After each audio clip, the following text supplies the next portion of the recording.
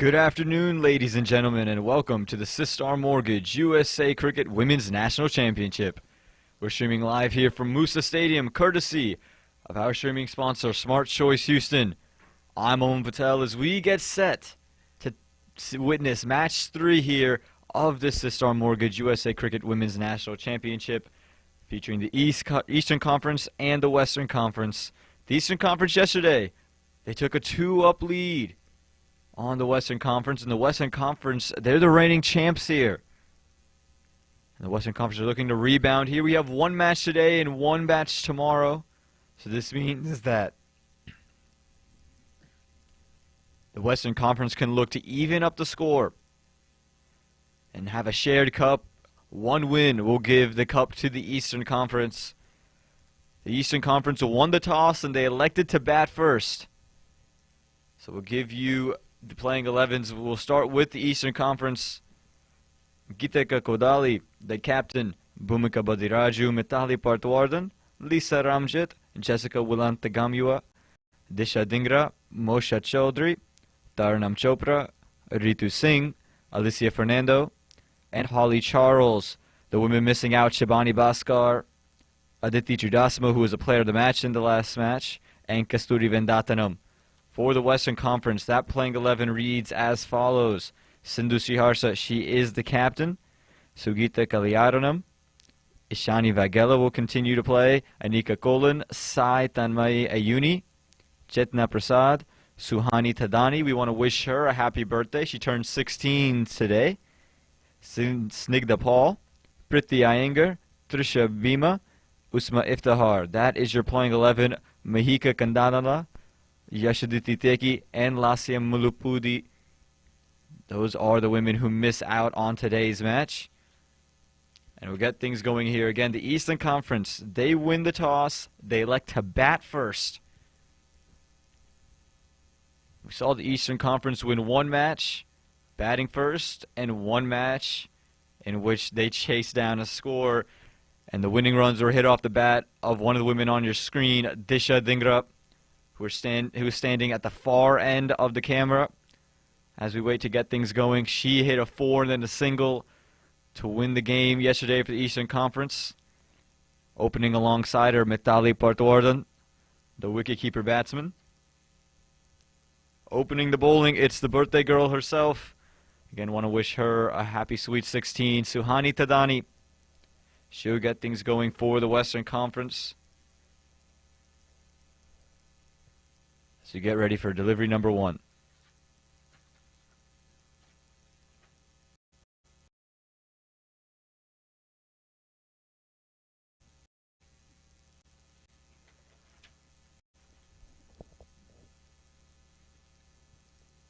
And a dot ball to start off proceedings. You didn't get to see much of yesterday's play. Suhani Tadani was one of the better bowlers for the Western Conference when she came in match number 1. Took a wicket in her 4 overs, just gave up 22 runs. And it was right there where she operated, just ahead of a good length, right on 5th stump. And just made the batsman work from there. Again, not easy for the batters to get going early on. Need to take a little bit of time to get going. Again, some areas of the wicket, it'll jump up. Some might stay a touch low. This one pushed into the offside, but straight to the fielder. Again, the Western Conference are going to look to rebound in a heavy way here. Going to try to find a way to even out this series and have a shared trophy by the end of it. Again, it's just the Eastern Conference are just one win away. One match today, one match tomorrow. And it's been a good start here for Suhani Tadani. You're not getting a lot of swing at the moment. And we're here in the afternoon, Central Standard Time in the USA in Pearland, Texas. Time reads 2:01. As we've seen 4 deliveries bowled here in this first over.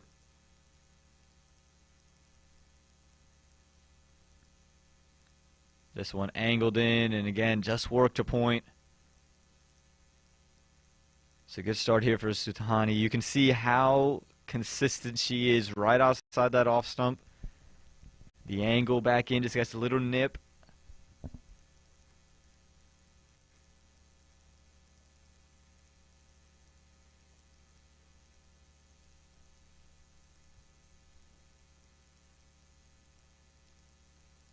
And we'll start with the maiden over. A good over this for Suhani Tadani. 1 over gone, no runs, no wickets.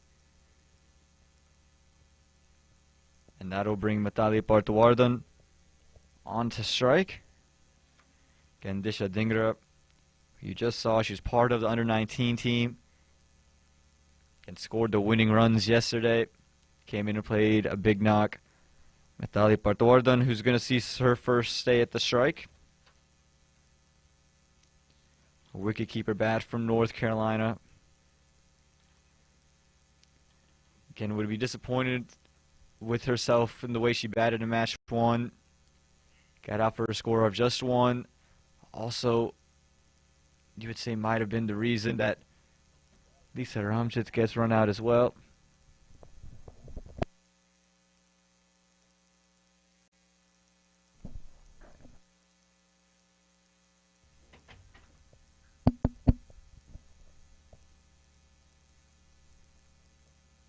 Matali Parthawardan, another member of that USA Women's Under-19 team. And she's facing Snigdha Paul, another member of that USA Under-19 team, that Women's Under-19 team for the USA.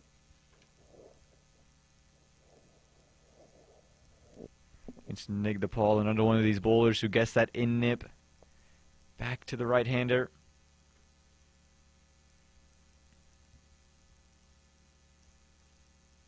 You can see her just keeping it outside the stumps and on that length. Again, just it's been hard to cut. That's where we've seen a lot of success for a lot of the bowlers. A lot of the wickets fall in that area.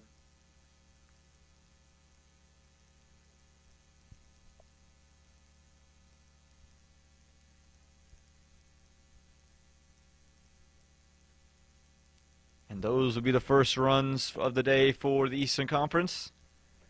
Courtesy of an extra there from Snigdha Paul. Snigdha Paul in the second match yesterday was very tight. 4 overs, 15 runs. Took 2 wickets as well. Kind of corralled the Eastern Conference back in and set up that unbelievable finish. Where it was 1 off 1. That time you can see swing in the air. Matali Parthawardan just expected to hold this line.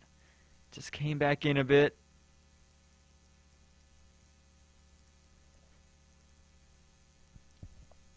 Snigdha Paul from the Texas area.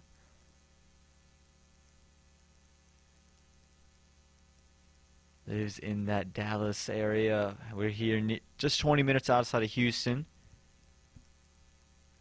This one on stumps, and all Matali Parthawardan could do was fend it away.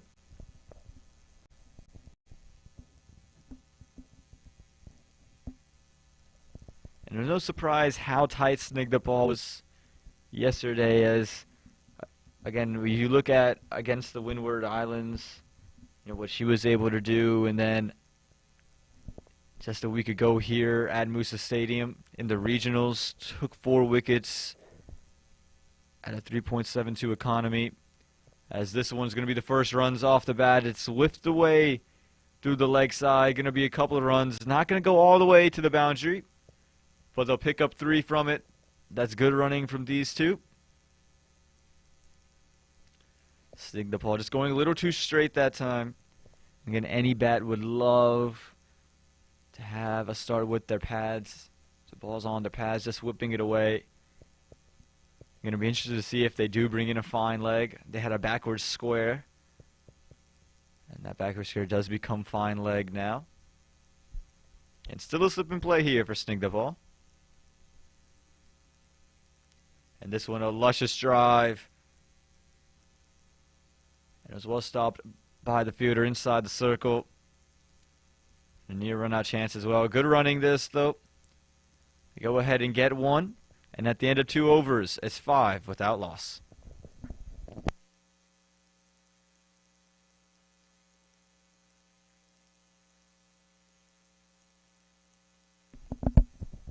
Can just take another look at this. Again, Disha Dingra likes to play through the covers. This one aerial, a chance that was put down. Just stretched out wide of Disha.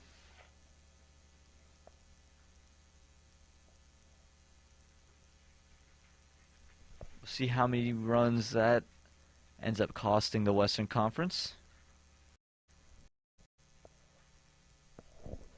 Suhani Tadani starting her second over just like she finished her first, on a length outside the off stump.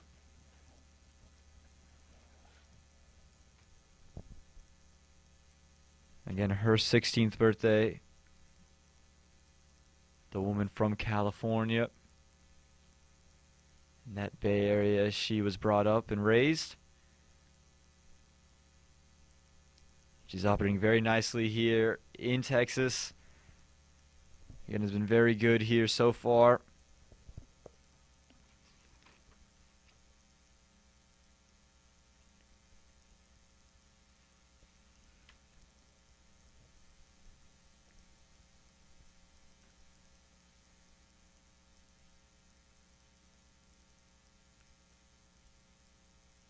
Still no runs off the bat against Suhani Tadani. And she made her debut at the tender age of 15 just a year ago in 2021. And again today, her sweet 16.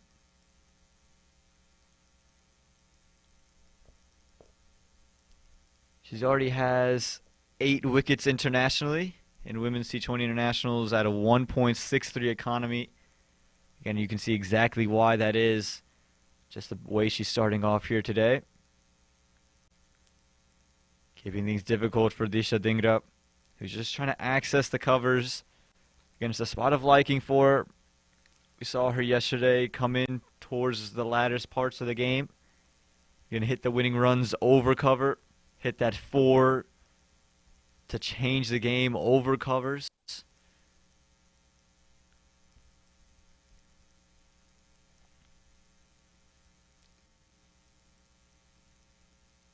And that one just passing inside the line. And another really sharp over here. Still no runs against Suhani Tadani. She was looking for that wicket of hers.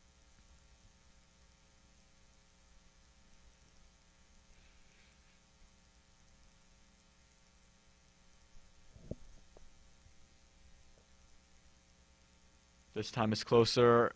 And the misfield is going to lead to the first runs against Suhani Tadani. And they're going to come back for 2 here. Good running this from Mitali Patwardhan and Disha Dingra. Getting a misfield there. It covers. Leads to 2 runs to end the over. At the end of 3, 7 without loss.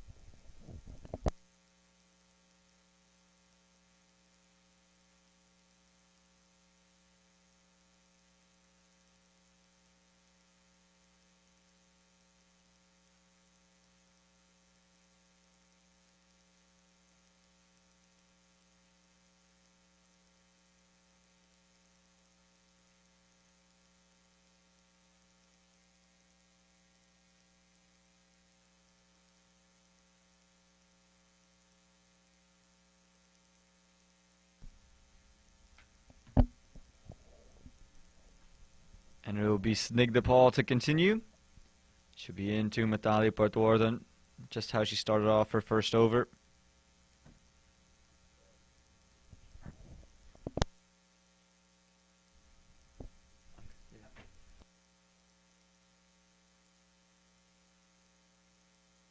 Maybe 3 is all. Sure.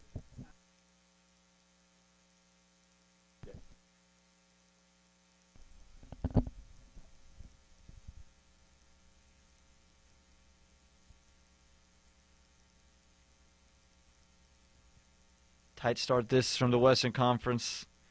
Again, runs have been hard to come by. A pitch that has something in it for the bowlers. Getting prepared by O'Shane Spence and all the team here at Moosa Stadium. As this one is cracked through the covers, it's going to be one just into the gap. Good work inside the circle.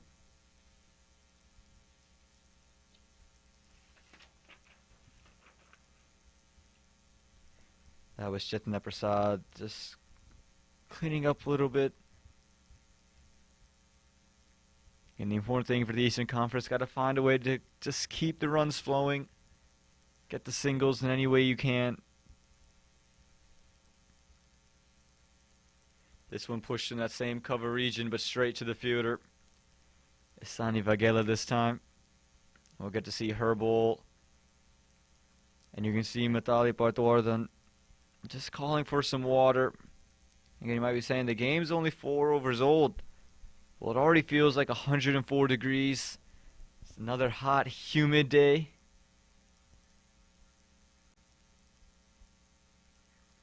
This one gets onto the pads, but down the leg side. And we've seen 1 or 2 of these from Snigdha Paul. Should just drift down that leg side. Samatali Partwardhan got 3 of her 4 runs.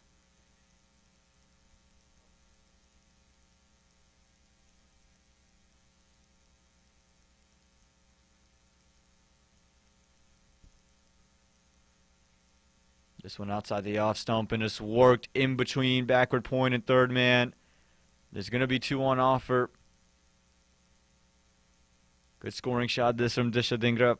Looking to access all the gaps on the offside. That's going to do it. 4 overs gone. 10 without loss.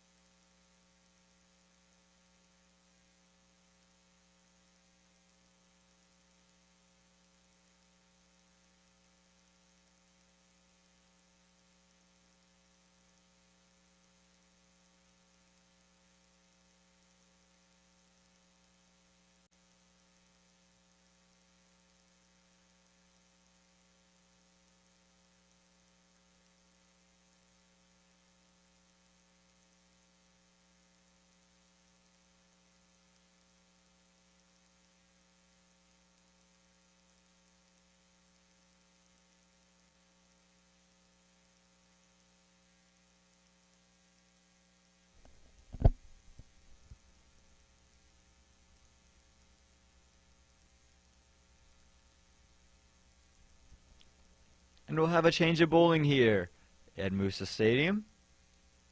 Going to get to see Trisha Bhima come in with the ball.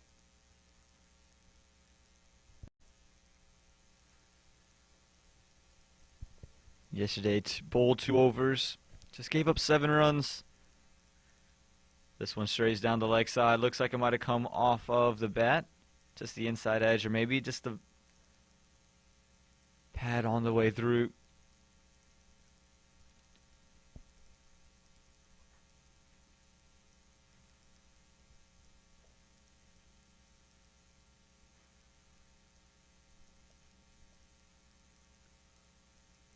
This one shows way down the leg side. Going to be a wide. And again, you can see a lot of these deliveries just with that angle. Just going down that leg side. Starting a little bit too straight here, Trisha. Got a good bowler in her own right. Last week in the regionals, took a wicket. Had a 5 economy. Again, yesterday, 2 overs, 7 runs. This one again, just drifting away from her a little bit. But all Mitali Partwardhan could do is pick out short mid-wicket. Again, important to find runs any way you can. We saw a score of 96 chased, a score of 94 defended.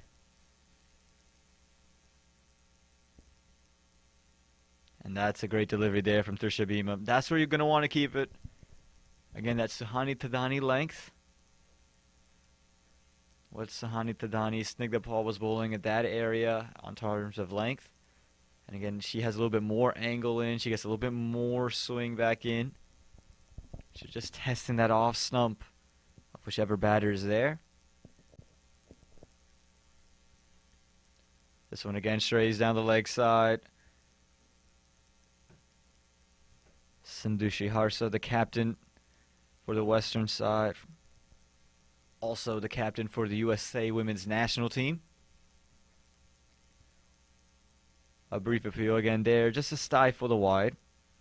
See if she can get the umpire to keep the hands down. This one right on off stump. Again, if she can keep it there, she's going to find a lot of success. Hard to score from there. Can't access the covers. Have to play straight back. You can see Natalia Partowarden just trying to reset. Get into his zone, find ways to score runs. This time gets bad on ball, it's cut, and they're going to get a single out to backward point. It's good running that from these two. They were off in a hurry. Disha Ding responding to the call. Took off, and she'll be on strike for this final delivery of this 5th over.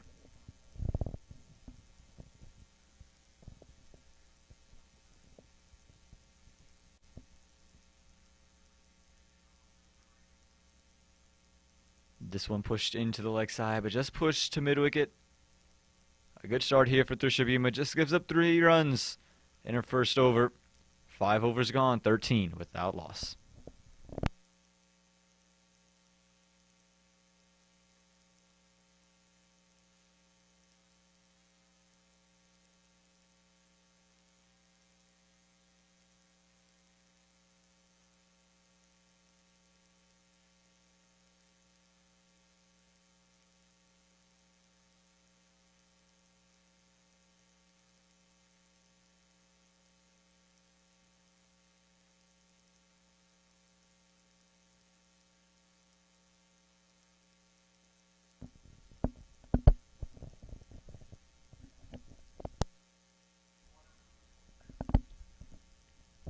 And we're going to have a change in the bowling here in the Sistar Mortgage USA Cricket Women's National Championship. Tasani Vaghela. And another young member of this Western Conference.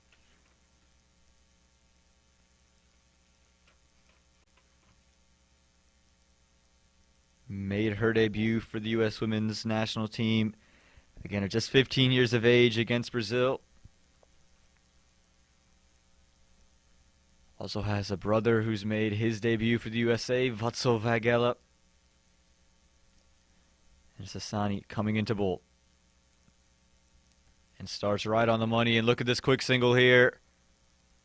Natalia Partowarden off in a hurry. A risky single that just felt a little bit late on the call. But both ended up surviving.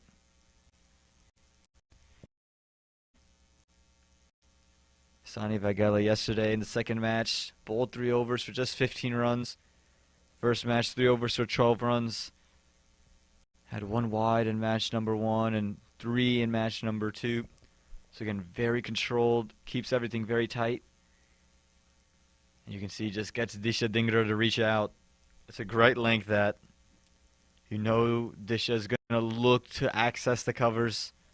Likes to play in that area. Sani Vaghela keeping it on that driving length, just making her reach out a bit.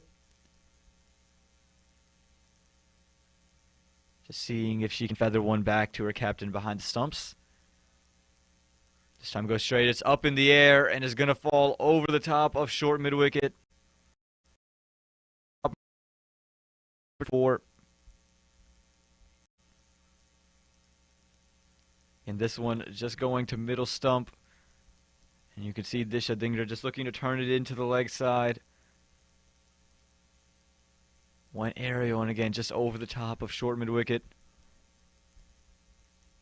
Brings Natalia Partowarden back on strike. And she goes for that cover drive. Going to find an outside edge. It's going to run for at least a couple of runs.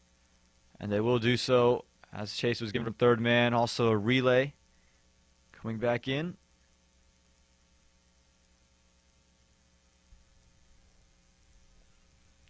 Natalia Partowarden just being coerced into that shot. And you can see Asani Vagela just looking to get the batsman to reach out away from their pads, throw their hands through the ball. Interestingly enough, no slip. This time it's just pushed into covers. Again, if that is the ploy here from Asani, I don't think a first slip would be a bad idea.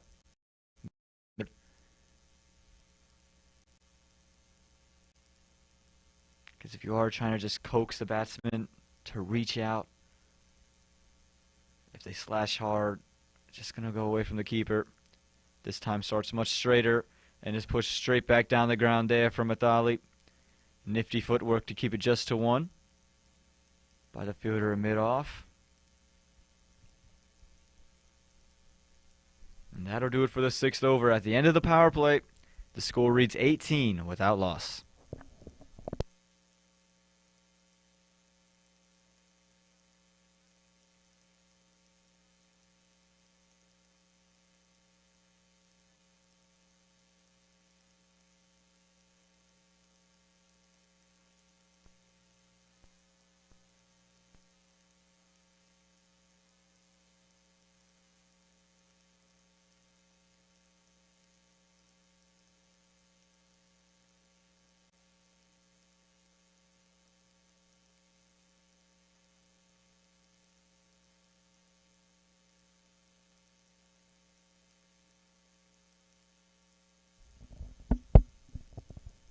And now that the field restrictions are done, we're going to get to see our first look at spin. It's going to be Usma Iftihar to continue here with the ball. Bowled well yesterday. In the second match, 4 overs, 17 runs and a wicket. Match number 1, 4 overs, 19 runs, no wickets. But again, keeps things nice and tight. The USA player. And starts right on off stump from Mithali Parthawardan.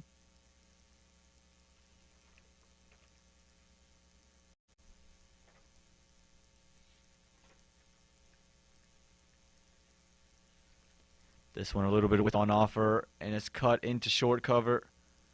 Good quick running here from Disha Dhingra, Mithali Parthawardan. They seem to have found a rhythm. They seem to understand when each other want to run.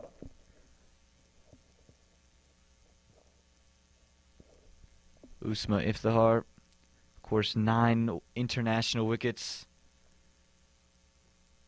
And last week's regionals took a wicket at just a 4 economy. Now she's sent out sweeper cover. And immediately Disha accesses that area of the ground. They're going to try and push for 2. And a little bit of that relay going haywire. Like sweeper cover, just looking to toss it back in. To the fielder running back from backward point. Might have just caught each other on the way through. Ends up allowing for an easy double. And 2 fielders out at the moment. Sweeper cover and a deep mid wicket. Disha this time looking to go down the ground. Found short mid wicket. The ball just spinning away. It looks like Snigdha ball. And allows Eastern Conference to get a single and get Mithali Parthawardan back on strike. Who's moved into the double digits after the second delivery of this over.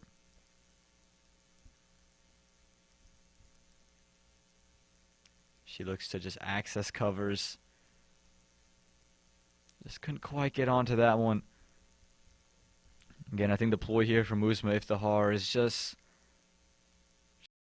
to get around the ball, trying to go into covers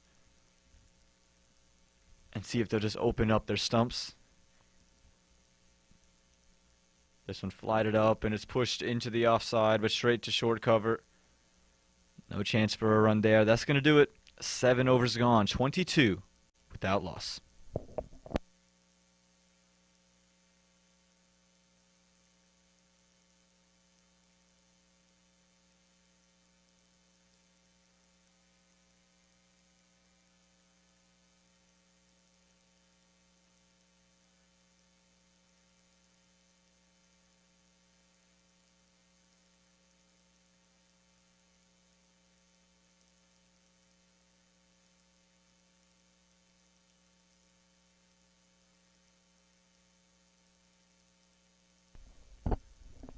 And spin to continue from both sides of the wicket.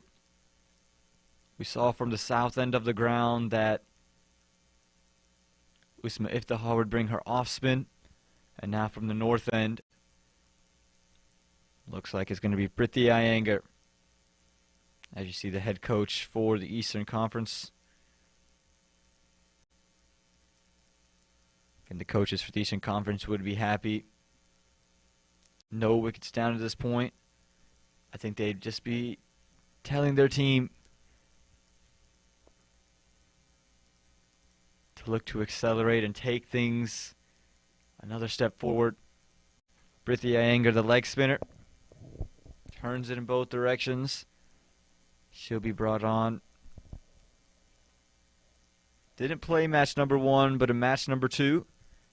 Yesterday, bowled 3 overs, gave up just 18 runs.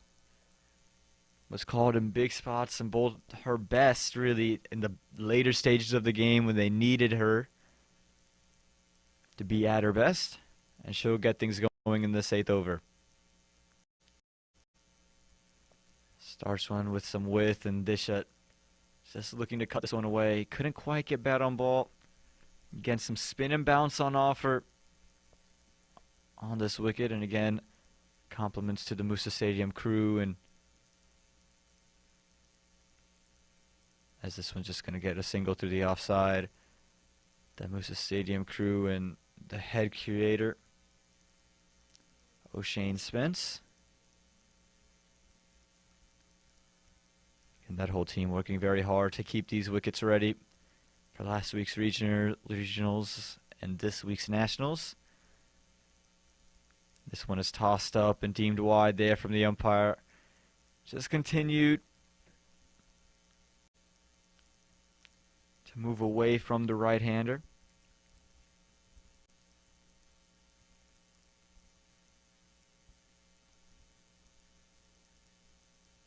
Again, width on offer. This one cut in between. Going to allow them to get away with one. Something kind of juxtaposed from yesterday is the extras here for the Western Conference. Had 18 extras in match number 2.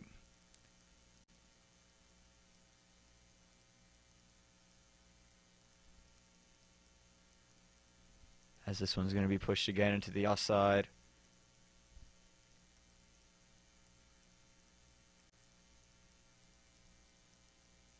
So far, just 4 extras, and if you rate, you'll feel happy, feel good about your opportunity and your chances, and again, you're making the Eastern Conference earn it with the bat. Again, hard to score, don't want to give up free runs. And those couple of singles into that vacant cover region has prompted Sindhu Saharsa to bring in sweeper cover. This one left alone for Mithali Parthawardan. So the lone fielder out in the deep is a deep mid wicket.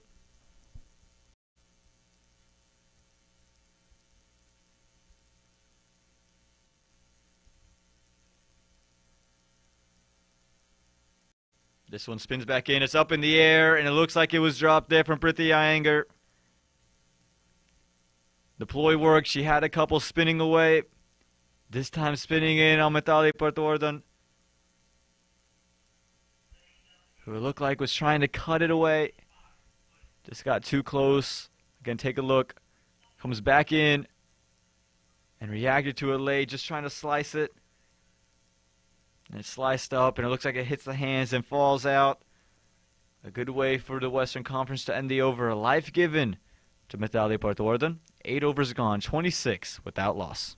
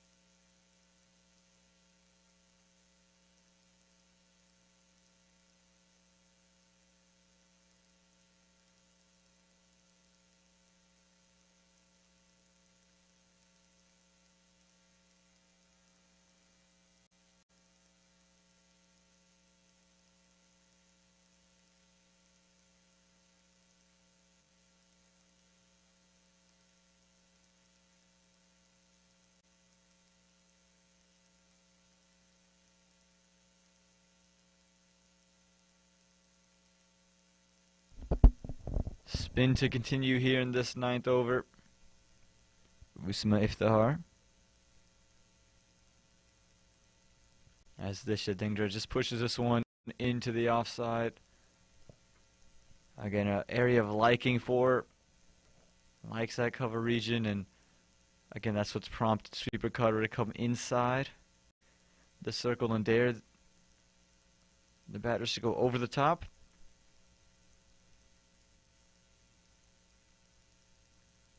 This one flighted up and just pushed back. You can see a little bit of disgust there on the face of Mitali Parthawardan. Felt as if she missed out on that delivery.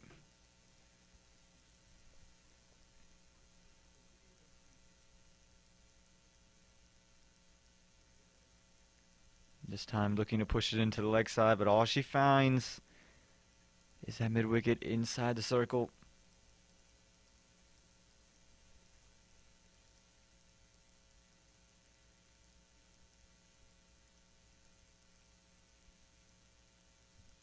This time just looking to turn it around.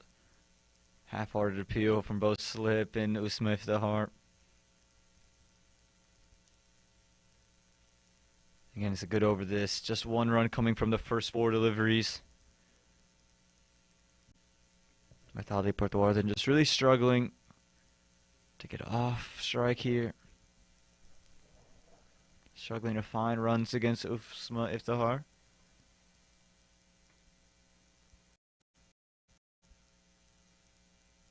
Looking to take this one into the leg side and does. And they're going to get a single out of that delivery there. It was just pushed away from mid-on a bit. So to bring Disha Dhingra onto strike for this final delivery of this 9th over.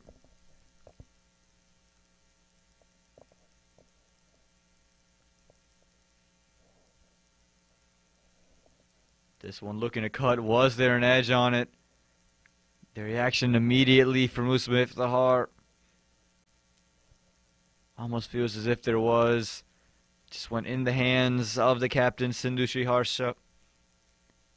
So maybe back-to-back overs with a missed chance on the final delivery. 9 overs gone, 28 without loss.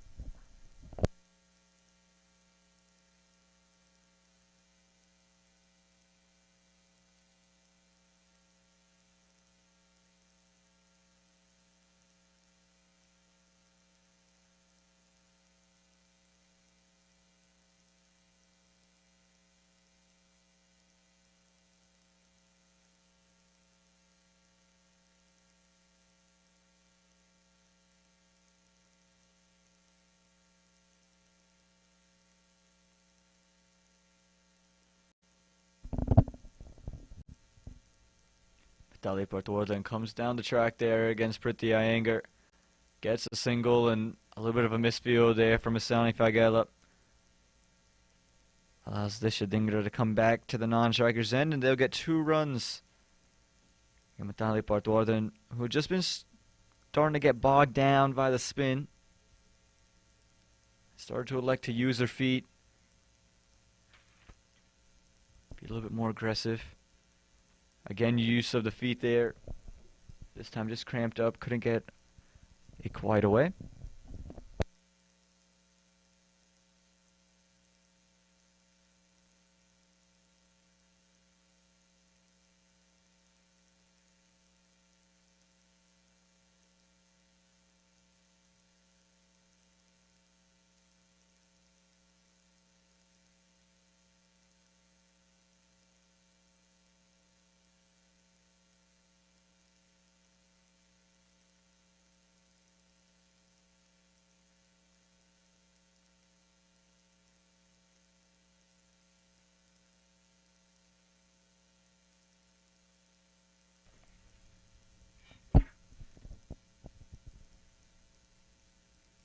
Mitali Parthawardan now more eager to use her feet against the spinners, just trying to find ways to access the gaps across the ground.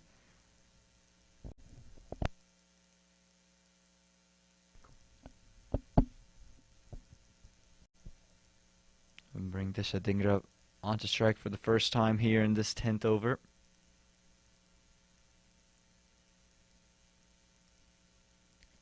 Pushes this one into the onside, but just going to find that square leg fielder. Again, Priti, when she's gone full, she's gone into that block hole. Not giving either of these two batters much room. Line.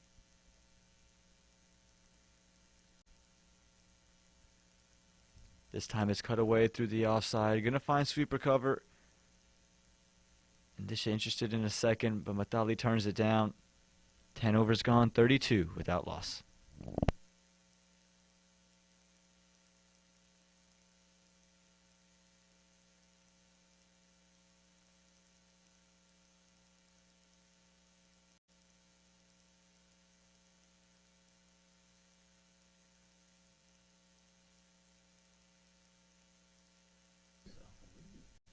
The heat index is crazy. Alright, here we go. So welcome back here to the Sistar Mortgage USA Cricket Women's National Championship. We're streaming live from Moosa Stadium, courtesy of our streaming sponsor, Smart Choice Houston. I'm Aman Patel, and now I'm joined in the box by a very special guest. It's Mr. John Abraham, who's here as the manager. Excuse me, it's Mr. John Aaron, who's here as a manager for these USA teams. John, how you doing today? Yeah, I'm doing fine, Aman. It's a pleasure to sit next to you. I've been listening to your commentary for the past week or so and enjoying it, and didn't think I'd be sitting next to you now. Well, I'm glad you are. Again, you've been with a couple of these ladies for long periods of time now. You were with the under-19 team when they went. Sorry. Just here, not too much. As we start off with a wide, you were with the under-19 USA squad as they went to Trinidad for that CWI Rising Star. You know, how was that experience going down with them and just being around the team? Oh, I thought it was a fantastic experience for the girls. They certainly got and playing under new head coach. They all seemed very enthusiastic about it, very committed, and they came away with it with a lot of takeaways from it, I think, positive takeaways. So I thought it was a rather good. We came away victorious, so that helped a lot. I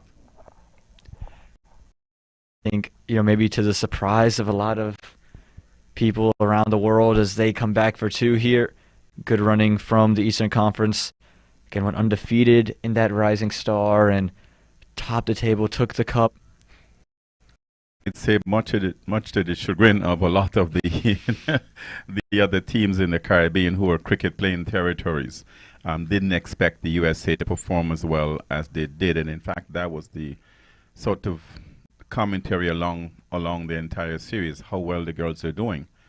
And the surprise that the level of cricket in the United States was as such that they can walk into the Caribbean and return undefeated, having defeated Guyana, Barbados, Jamaica, Trinidad, Windward Islands, and Leeward Islands. So, Yeah, again, very impressive what they did. How do you think structures like these, you know, the pathways to get to the under-19 team, the women's senior team, just elevate the level of cricket that these ladies will go into playing? I think the pathway augurs well for the future of women's cricket in the United States. As you know, it is sort of a dual pathway on the 19 and senior women, but there is some overlapping. As you can see, 7 of the girls in the under-19 team have already played for the senior team. So that augurs well for the future of the sport of women's cricket. There's a pipeline of players coming in, and I think the fact that we have so many younger players in the senior team encourages and motivates other younger players to say, well, if she's 16 and I'm 14, I can make it. And that is a very good thing, I believe. Yeah, we've seen already today the likes of Suhani Tadani, Isani Vagela, again, part of the under-19 team and also part of the senior teams. Again, you've been around these women for long periods of time. Is there this sense of, you know, no one expects a lot out of us, so we're going to prove everybody wrong whenever they go on these kinds of tours? No, I think outside of any of those expectations, these players are so committed that when they go there, they go out there to play. Regardless of what anyone might think or don't think that they are ready, these players are so committed that it doesn't matter what people think, whether they think they're underdogs or overachievers or stuff like that. They go to play, and they've demonstrated that time and time again, not only in Mexico, but in Zimbabwe as well as Trinidad and Tobago. Yeah, they're just going to go out there and beat whoever's in front of them. That's just the intent they go in with. Absolutely. Leading up to the final game in Trinidad, there was a lot of talk among the local cricket pundits in terms of, well, the USA going to get crushed or what? And I said, hey, we've won 5 so far. Bring it on. And clearly the money was on Trinidad to win. And I think when we held Trinidad to such a low scoring total, it was quiet in that part of the pavilion, in the camp, in the stadium. And everybody was like really surprised that the girls were batting as well as they did to overcome that and win. Yeah, again, an incredible feat. 11 overs gone, 40 runs on the board for the Eastern Conference, still without a wicket fallen. You know, we heard the news yesterday, the press release that the West Indies under-19 team would be coming up to Fort Lauderdale and playing, you know, bilateral series, the first bilateral youth series between the two nations. You know, how good is that for these women as they prepare for, you know, the World Cups and the World Cup qualifiers coming up in September and obviously in January for the under-19 teams as well? Well, I think it's certainly very good. Sort of dovetails into the pathway program that USA Cricket has for the girls and the women, in the sense that they need to play on a current basis. And so the West Indies coming here next week is certainly an opportunity for them to raise the bar a little more for themselves and to test themselves, because they were in Trinidad playing against 6 other cricket playing territories and countries, and from those 6 territories will now come the team they'll face next week. So in as much as they might have faced 2 good players on one team, now they'll be facing 11 players from that group of countries. So that raises the bar somewhat. And these girls will obviously are prepared to step up to meet that challenge. Yeah, obviously this tournament here, it will be a selection tournament for that global T20 qualifier that we had in September in the UAE. Again, you just spoke about, while we were off air, how hot it is out there as we see a shot inside. You know, how do you think being in Texas, playing in Texas, helps you prepare for the UAE and the heat you experience there? If anything can prepare you for Dubai or UAE, it is Texas weather. I've walked out of a hotel in Dubai, and my glasses froze up right away from walking from air conditioning to the heat. So I know how intense it can get in that part of the world. So this is good preparation. This in Florida, fantastic preparation for that type of weather. Yeah, again, also the competition will be a lot higher there, and again, they'll be playing the West Indies. It's a great way to prepare for not only that Under-19 World Cup that will be held in January, but also that Global T20 that we were talking about. You know, that Under-19 World Cup, I know there's been a lot of, you know, eyes on that event. You know, we've heard about it for the past like 2 years now. It's going to be the inaugural event for these women. How big is that goal in the minds of, you know, not only the Under-19 players, but all of USA Cricket who are ready to send and put their best foot forward in this World Cup? Well, look, there's no doubt about it that the women in the U.S. have been doing extremely well with their peer competitions that they've had. And so that is just sets them up now to say, hey, you've got an opportunity here to raise your own game and raise the profile of women's. And that certainly is a good thing, because at the end of the day, you want to create this sort of plateau or platform where girls are attracted and can see a possibility of becoming a professional cricketer. And so the pathway program, and with sponsors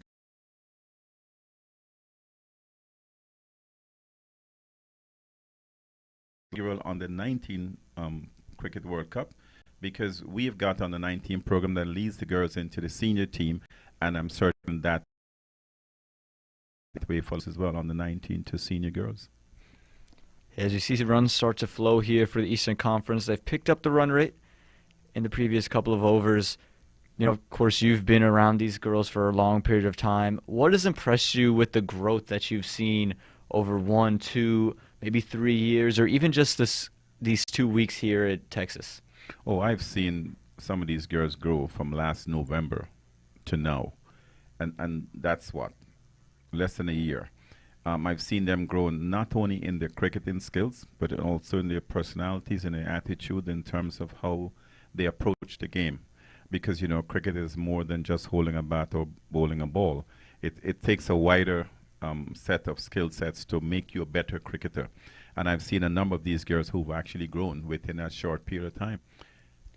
Yeah, it's always great to see, you know, young individuals grow and these young women grow into mature and independent women in their own right, not just in the cricketing sense, but also just in all around life.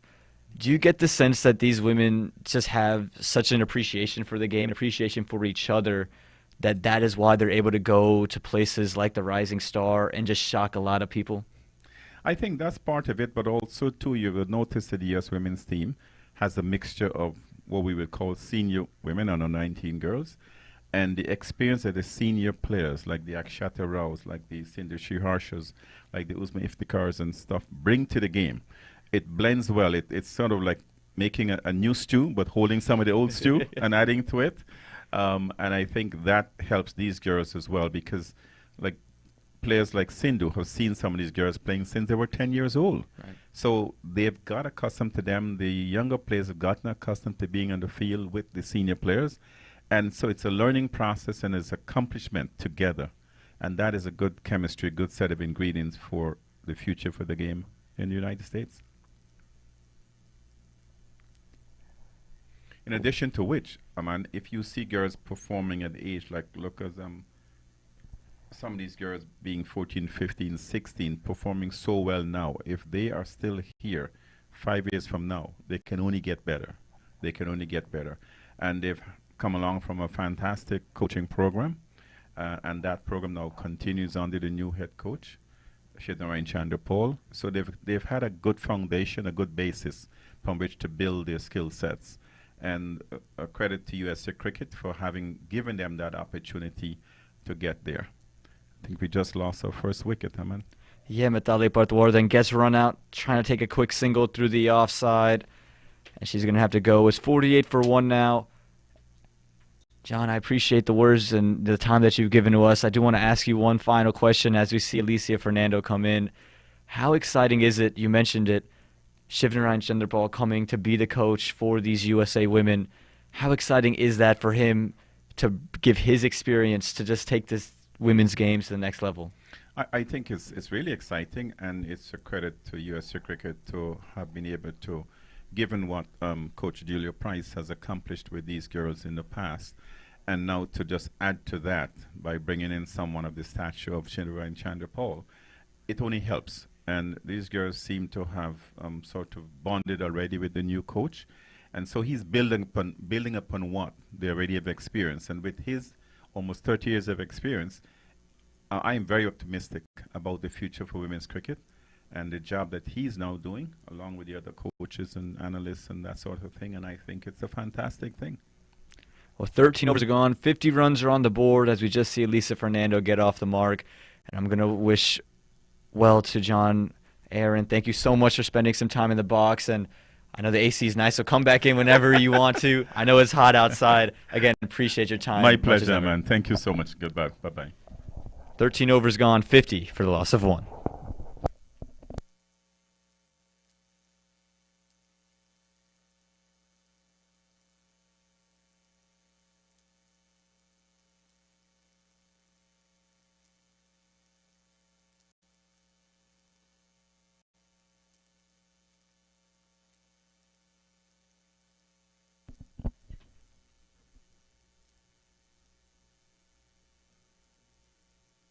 Pushed into the offside, this one, as he'll come back for 2.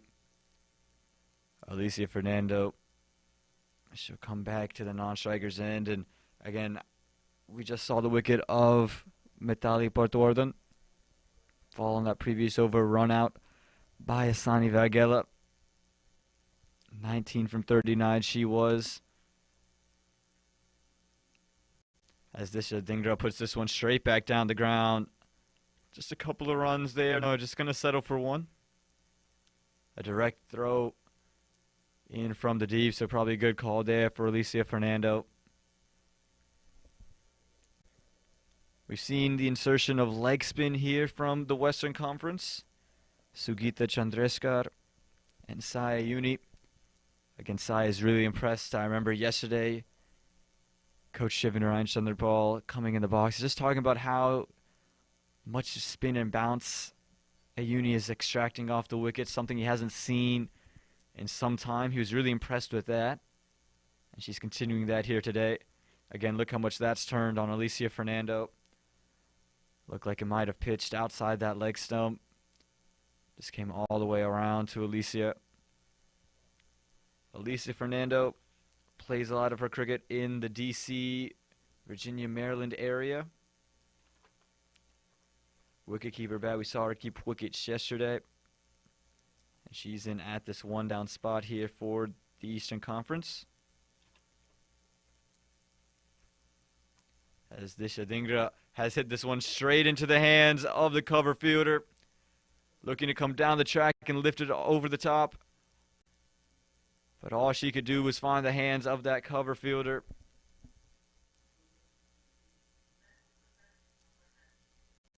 This has been good touch today. 23 from 40. She has to go. That catch taken by Snigdha Paul. Just take a look. Got to the pitch of the ball. Just looking to lift it over the top, and Snigdha Paul made that catch look ever so easy. And 2 wickets fall in quick succession. Both the openers are gone now. 52 for a loss of 2.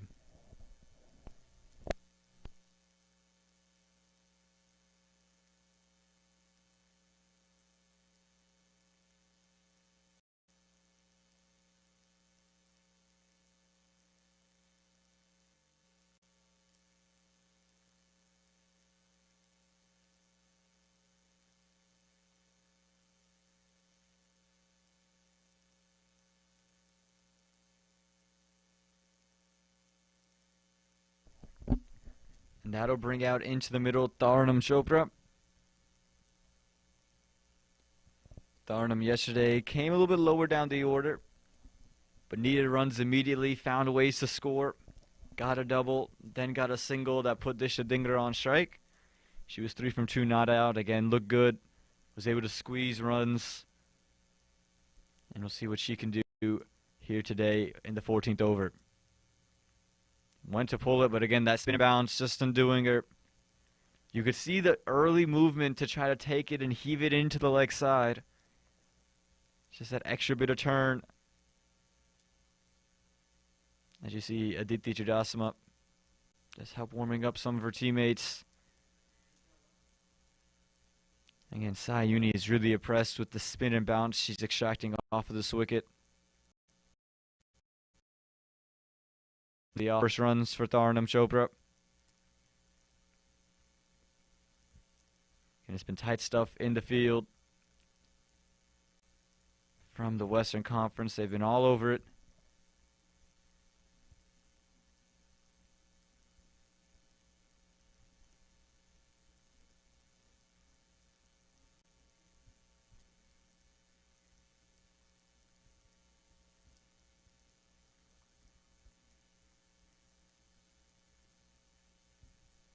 That'll end the 14th over, 54 for the loss of 2.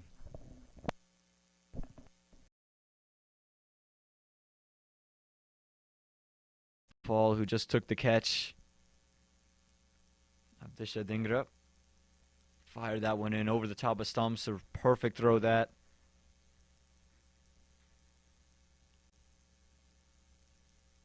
Again, more spin to continue. Uzma Iftihar. We heard John Aaron just a couple moments ago talk about the mix of youth and experience.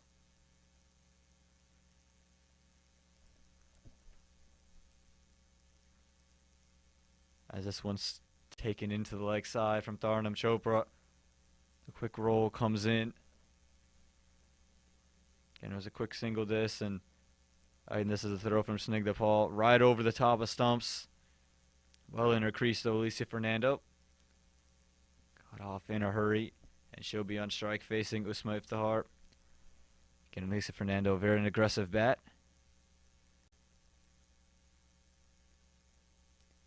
This one aerial into the leg side.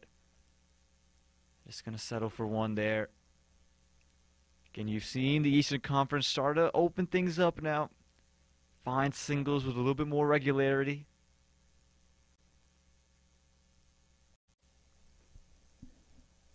Again, we've seen two scores batting first in the 90s. 94 defended, 97 chased. This one pushed into the offside, in the gap. It's going to be one run out to sweep recover. Again, Tharnam Chopra, who yesterday came in straight away and found ways to score runs. Continuing to do so today. Saw her for the first time with my own eyes last year at Church Street Park. She impressed there in that regionals tournament in 2021 for the under 19 pathway.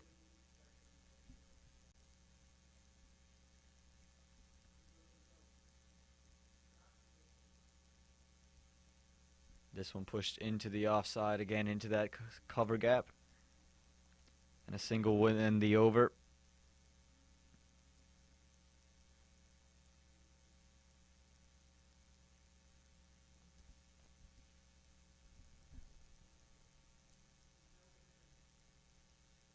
Excuse me, one delivery left here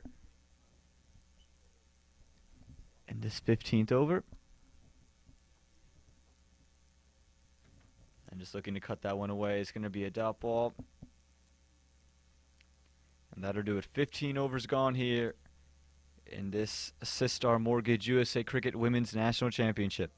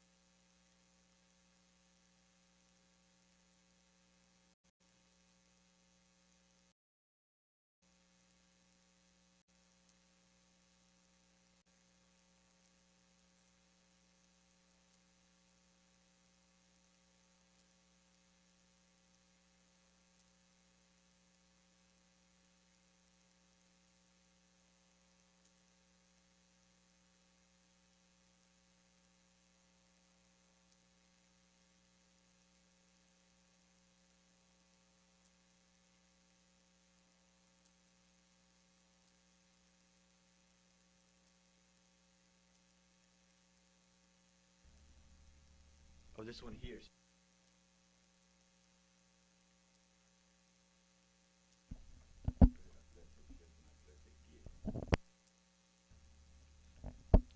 Prithvi Iyengar to continue.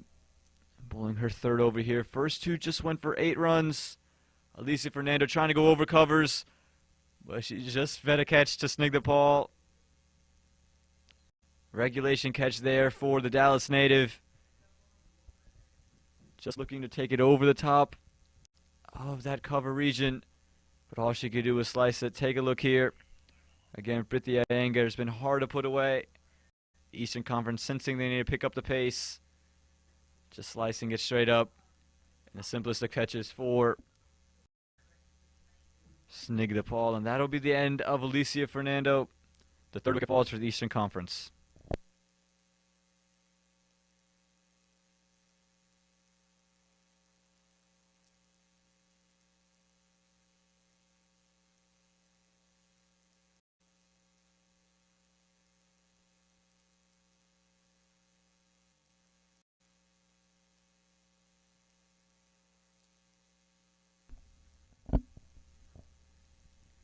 That'll bring out Moksha Chowdhury. She'll be at the non-striker's end.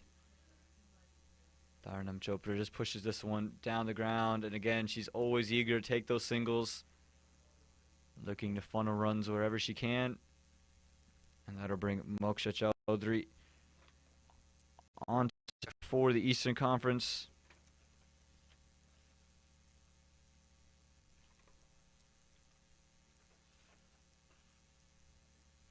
Moksha Chowdhury, one of those experienced players John Aaron just a little bit ago was talking about. has scored international runs for the USA. And nearly chops it on straight away. Has she chopped it on? She has. Just looking to run it through the third man region of the ground.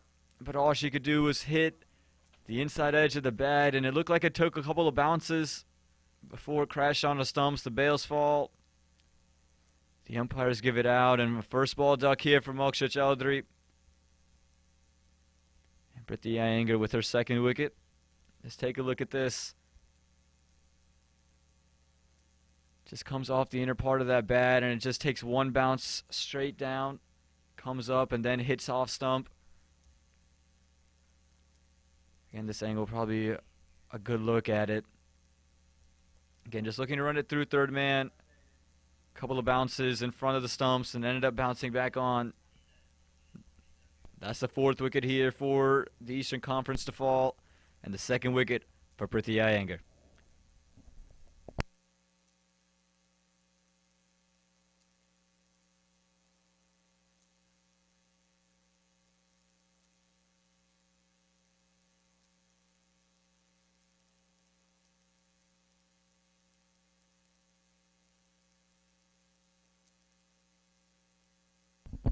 What an over this from Prithvi Iyengar.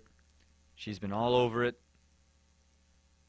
She'll start with the wide.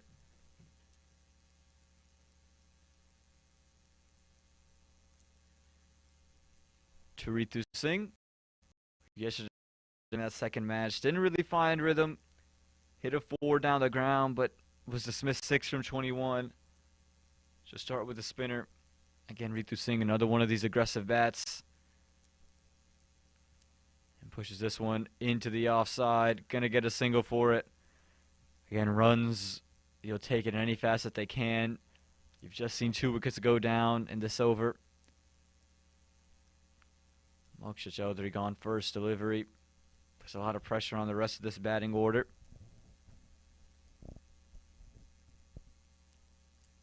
This time Tharnam Chopra comes down and just squeezed it out. You can see, wasn't really sure where that ball ended up. But she'll get a single.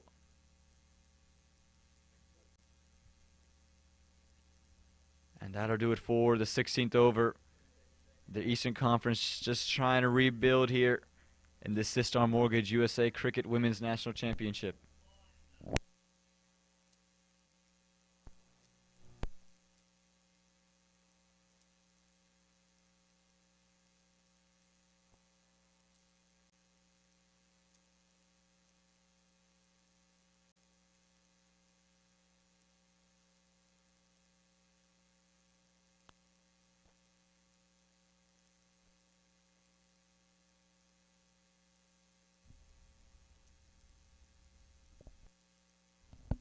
And it'll be Sugita Kaliyaranam to continue with the ball.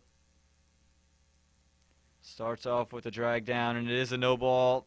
2 bounces before it reaches Tharnam Chopra. So she'll get the opportunity to free her hands, and again has been eager to use her feet. Wouldn't be surprised to see her come down the track.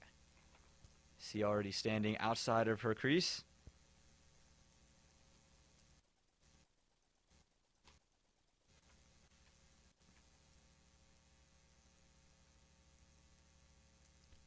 This one, it's jogged short.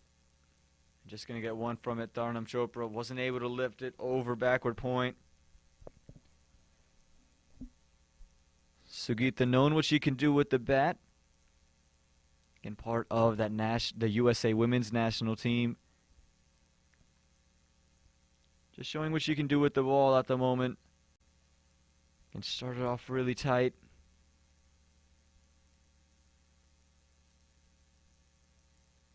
Ritu Singh pulls this one into the leg side.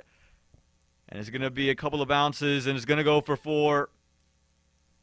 Just struggling to pitch the ball up at the moment, Sugita.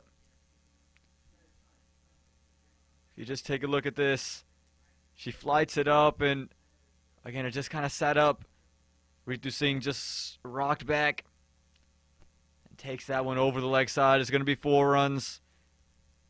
Welcome runs for Ritu Singh.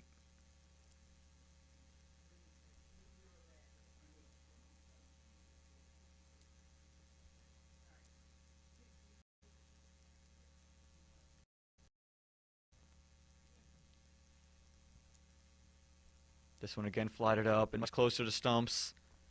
Ritu Singh plays with some soft hands and they're able to get a single. This is what's going to be required for the Eastern Conference. They're going to want to put some impetus in this innings, find ways to score runs. That boundary there, the first boundary we've seen all innings long. And it's not as if we've seen an abundance of boundaries over these 2 days of play. But any way you can find them, you're going to want to have a couple of them in your arsenal. Again, use of the feet. And no run to be had there. But a little bit of an overthrow here from Sugita. She's just trying to run out Ritu Singh, who was well stranded halfway down the track.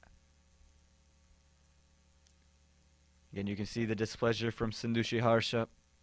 Knows that they're letting up some of this pressure that was just being built by Sugita and Priti Iyengar, her counterpart. Both of whom had bowled well. And Eastern Conference just looking to take advantage.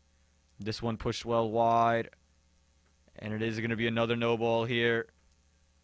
Again, that one pitching outside that second white line. Meaning it's pitched off of the wicket. Gives Ritu Singh this time the free hit. Okay, doesn't need any excuse to swing. This one drug in short is going to be another no. 2 bounces before it reaches Ritu. That no ball will continue. The free hit will continue. Turning into an expensive 17th over this for the Western Conference. This time Ritu Singh uses her feet, comes down the track. Spats this one out to long gone. They're going to come back for 2. It's good running this. The bowling thought process not bad from Sugita either. Just try to keep it wide of Ritu Singh, not let it get in her arc. All she could find was the toe end of the bat back down the ground.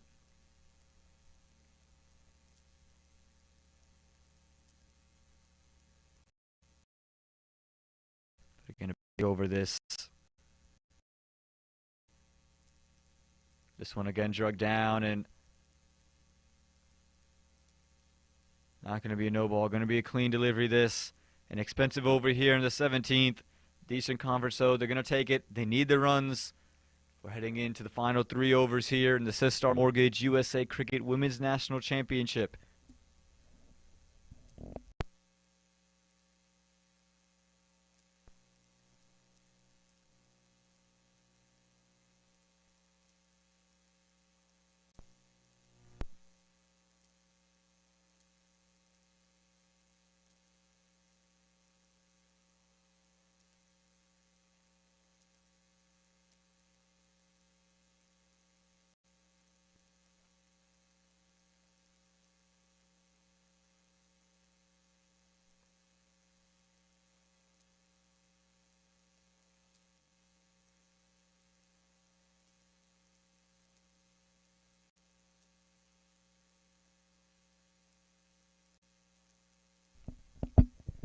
Priti Iyengar to continue. Just took 2 wickets in her previous over. This will be the 18th. And the rough puff.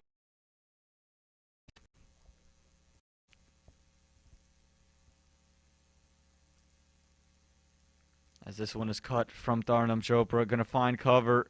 But again, just away enough. Again, Tara is really impressed.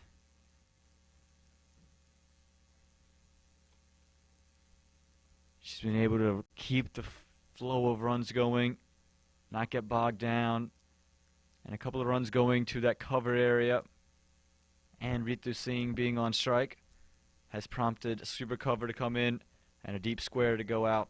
So there's a deep mid-wicket, a cow corner, and a deep square leg. And Ritu Singh heaves this one into the leg side. Going to find a long on. So again, 4 fielders in the deep on the leg side, and there's also a long off. And again, for Tharnam Chopra, there's a sweeper cover as the deep backward square comes inside the circle.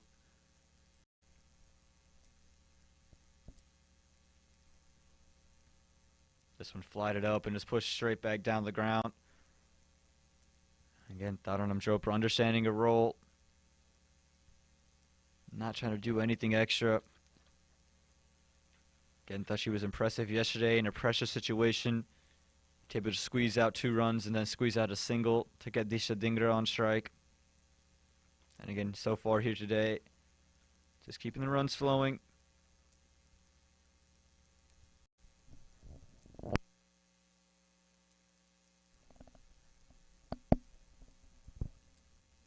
This one flighted up and meets it on the full. Ritu Singh just past short mid-wicket. They're going to push for 2 here, and they're going to get it. This is good running from the Eastern Conference.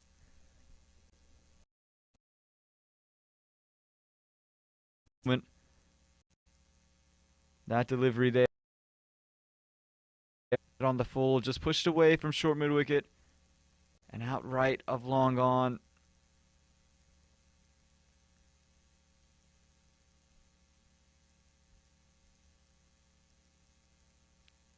This time just looking to turn it into the leg side. Finds the leading edge.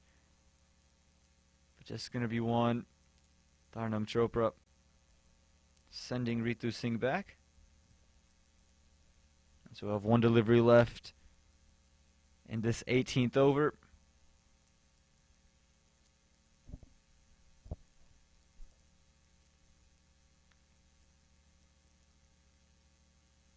As this one is down the leg side and is helped around the corner. At least going to be a couple of runs here for Taranam Chopra. And it will be 2 runs to end the over. And the rough estimate of the score after 18 overs. Score reads 80 for the loss of 4.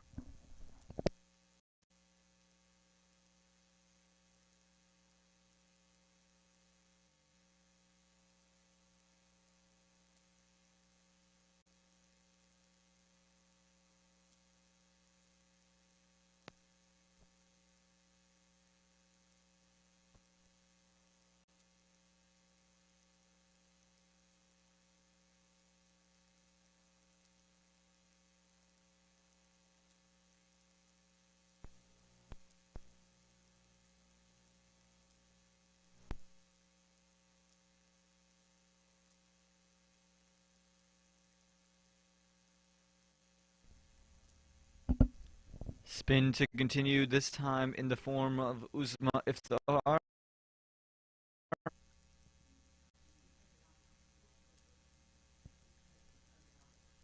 Who's been bowling today, and she's been good. She's changed up the angles. Did that yesterday as well. Bowling in this 19th. This one pushed outside the off stump, and Ritu Singh takes it over the top of the infield and sends Tharnam Chopra back. Tharnam eager to get 2 there.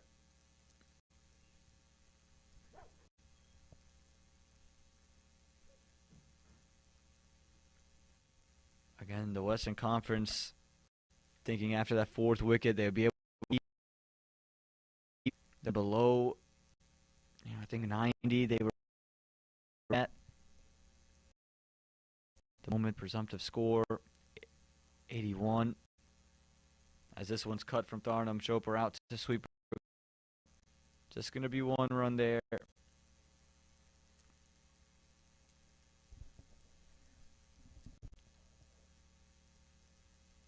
Again, you can see to Ritu Singh, Usma Iftihar. To push it away from the arc of Ritu Singh, and she has a deep mid-wicket there.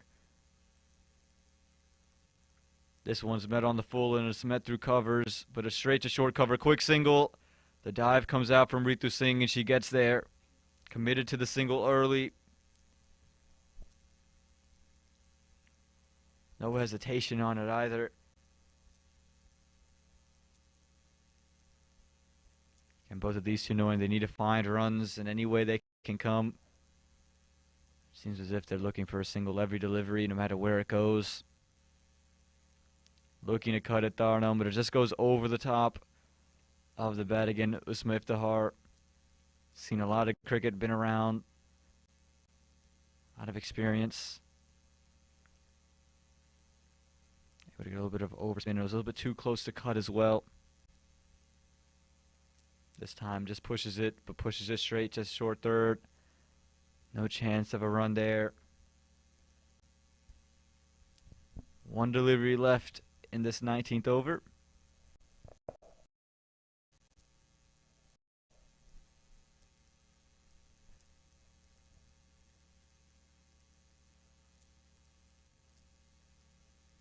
This time going down the leg side, and it is going to be a wide there.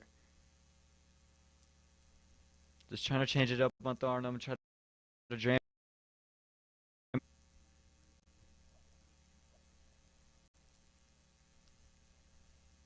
And now changing up the angle on Tharnum. Again, we saw this yesterday for Moosa.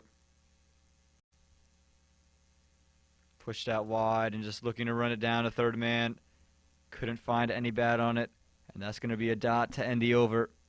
At the end of 19, 84 for the loss of 4.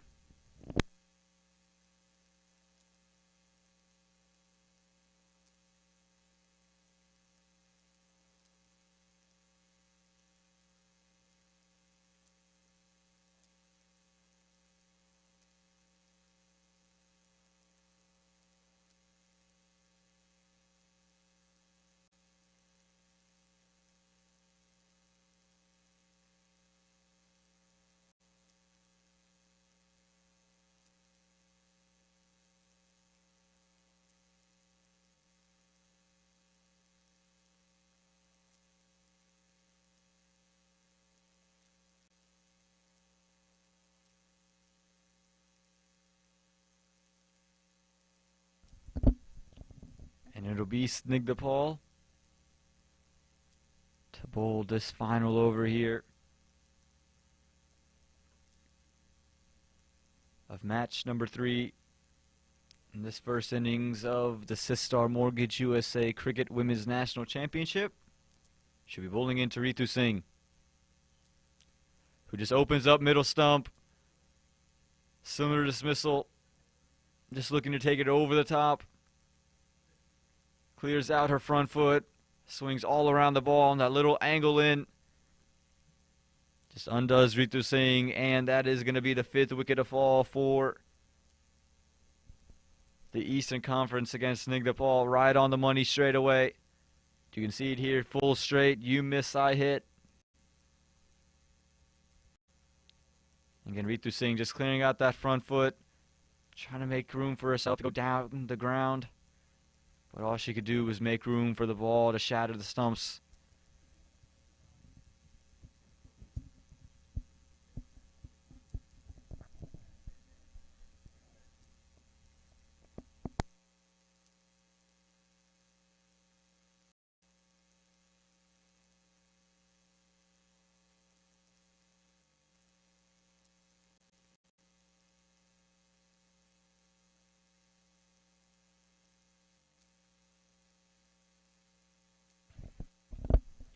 And that wicket there of Ritu Singh will bring out Jessica Wilantagamua. And Snigdapal electing come around the wicket to the left-hander. 5 deliveries left here in this first inning. Full and straight, right on that Yorker length. Brilliant stuff here from Snigdapal. Showing her prowess with the death bowling. A leg by there for Jessica. Again, never easy to face a Yorker first up, but never easy to bowl that Yorker. A lot of things can go wrong, but Snigdapal just showing the textbook Yorker there. Now she'll be bowling into Tharnam Chopra, who pushes this one back down the ground. Just going to settle for 1 here. Long gone does well. No, they're going to push for 2, and it's good running. Made the call early. Gonna look like they were just gonna settle it first. But they just wanted to test the arm of the long gone fielder. That'll bring Tharnam Chopra back on to strike.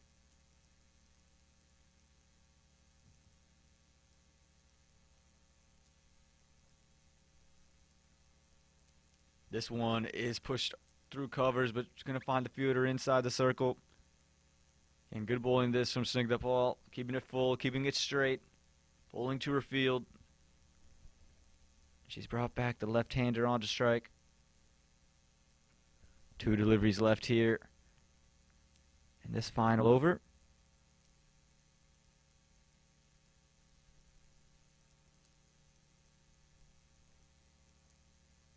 As this one strays down the leg side.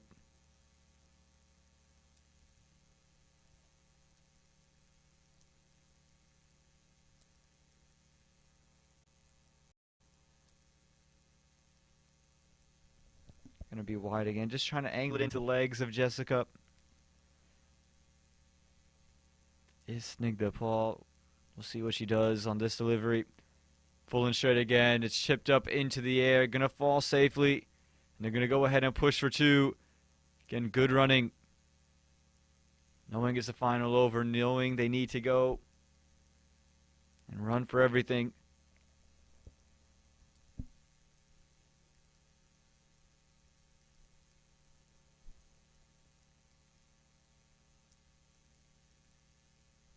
Last delivery here of this first innings.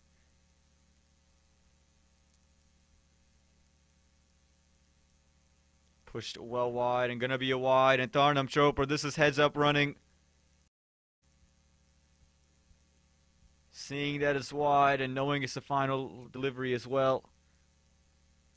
Was going to take off. She was already off and they're going to get a wide plus the bye there.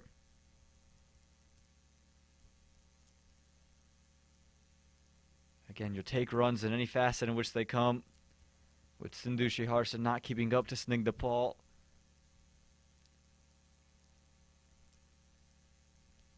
Allows even runs if they miss. This one is hit straight to Snigdha Paul, but a little bit of a misfield. Going to allow them to go for 1. They're going to come back for 2. This throw comes in and unable to find the stump, so they're going to get 2 here to finish the match off. Good final over this ends up being for the Eastern Conference. At the end of the 19th over, there were 87 runs on the board.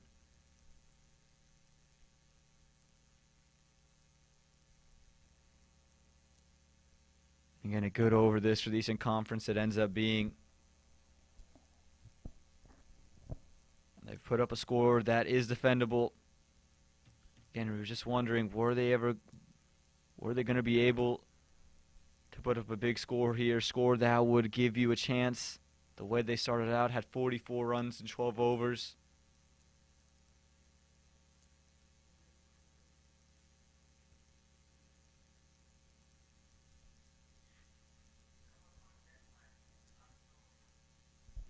And that final over, a good over that for the Eastern Conference. Started with the wicket and started with the toe-crushing Yorker. But outside of that, it was a win for the Eastern Conference. The Western Conference, though, would still be liking their chances to put runs on the board.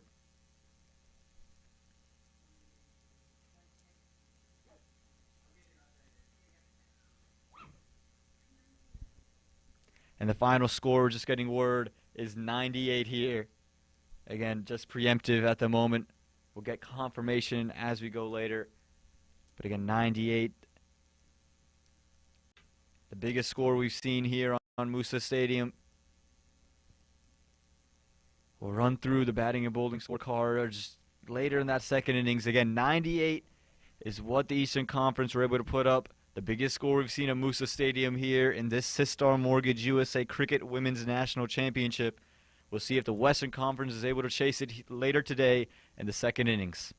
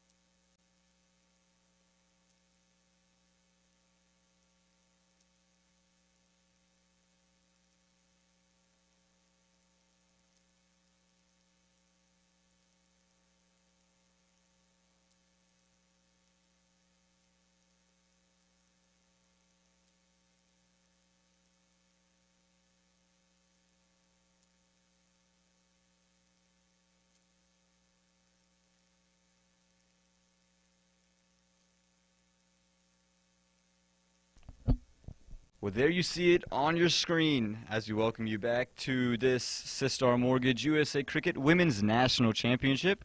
We're streaming live from Moosa Stadium, courtesy of our streaming sponsor, Smart Choice Houston. 98 runs are on the board for the Eastern Conference.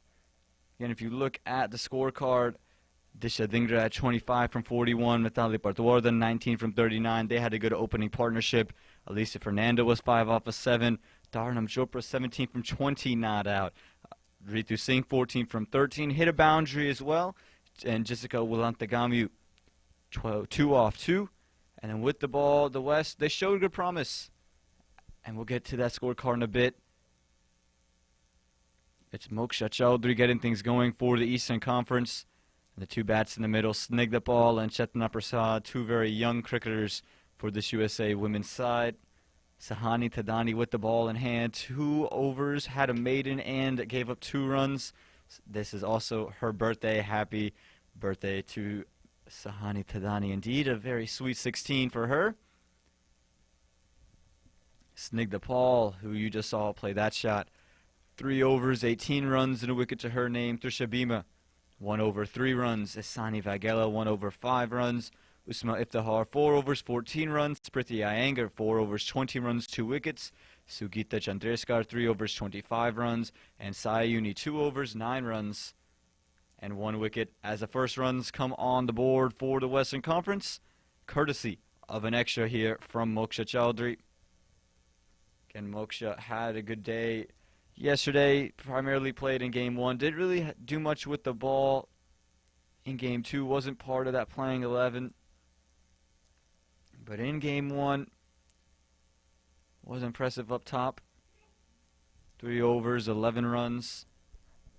Again, it's what she can do with that nip away from the left-hander. Part of the women's national team here in the USA.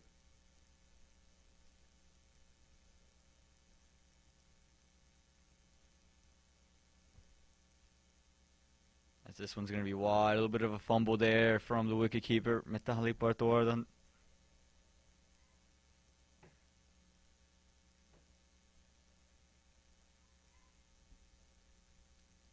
And I think what we saw the pace bowlers do that brought them a lot of success was just be on a length right around that stump on 5th and just let the ball nip away or nip in from there. And right there you can see it just in that area, maybe fractionally wide. Still in the round there for the umpire. Again, this is the biggest total we've seen here. This Sistar Mortgage USA Cricket Women's National Championship. 98-99 required. We saw 97 chase down yesterday. You saw this one swing straight into the block hole of Snigdapal. 97 chase down by the Eastern Conference yesterday.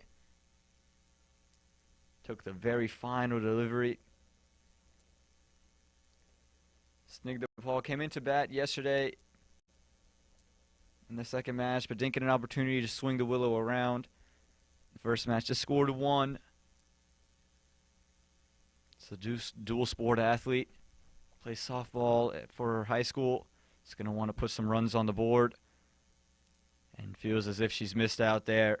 A full toss down the leg side. Had an opportunity to just take it over the top. A third extra here, and that's where all the runs have come from for the Western Conference so far.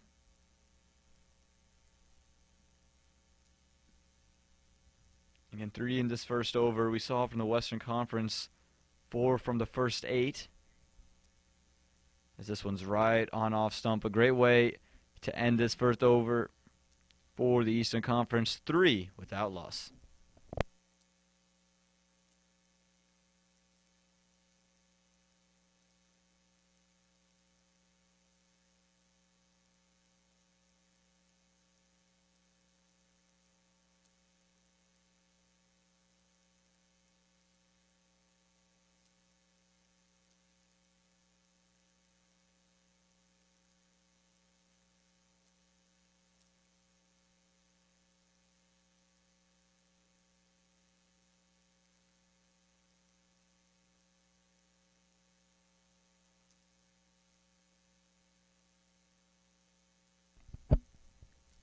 Holly Charles to get things going from the northern end of the ground here at Moosa Stadium.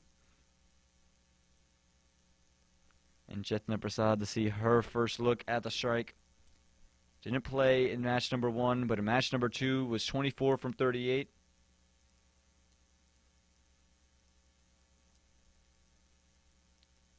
And you can see the aggression straight away as an inner edge will get just one run out to find leg. Someone who likes to hit the ball back down the ground. Swings big through the line. That'll bring Snigdha Paul back onto strike. And for Holly Charles, I'd love to see her in that length that we saw Asani Vaghela at earlier today. Just that driving length, behind the batter, just to reach out. And again, with the angle pushing across the left-hander, I like the move of having that second slip there. Just if Snigdha Paul plays a big drive. And you can see the ploy, that one just being a little short there from Holly Charles, but wants to be on a length, use her height to get a little extra bounce. And just push it across that left-hander, see if she can find the outside edge of Snigdha Paul, who is still yet to get off the mark. This one on the pads, full and straight. It's a good delivery that from Holly Charles.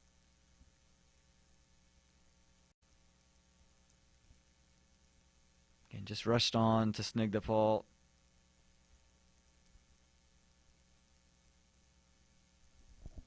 Holly bowling yesterday for the Eastern Conference, and in her 2 overs just gave up 7 runs. This one pushed across the left-hander, but a touch overpitched and helped into the covers. Going to be at least 2 runs. Could run away to the boundary, and it will do just that. 4 runs there for the Western Conference, courtesy of Snigdha Paul. Again, that one just a touch overpitched and just helped into the covers. 4 runs for the Western Conference, and the first boundary on the board for Snigdha Paul.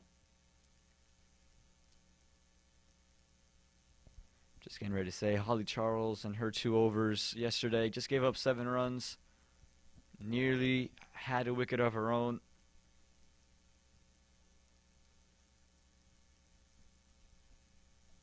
And a boundary here early in her first over.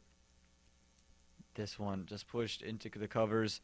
And again, this is the length that you want to be at if you're Holly Charles. Just ahead of a good. Again, that's where you could find those outside edges.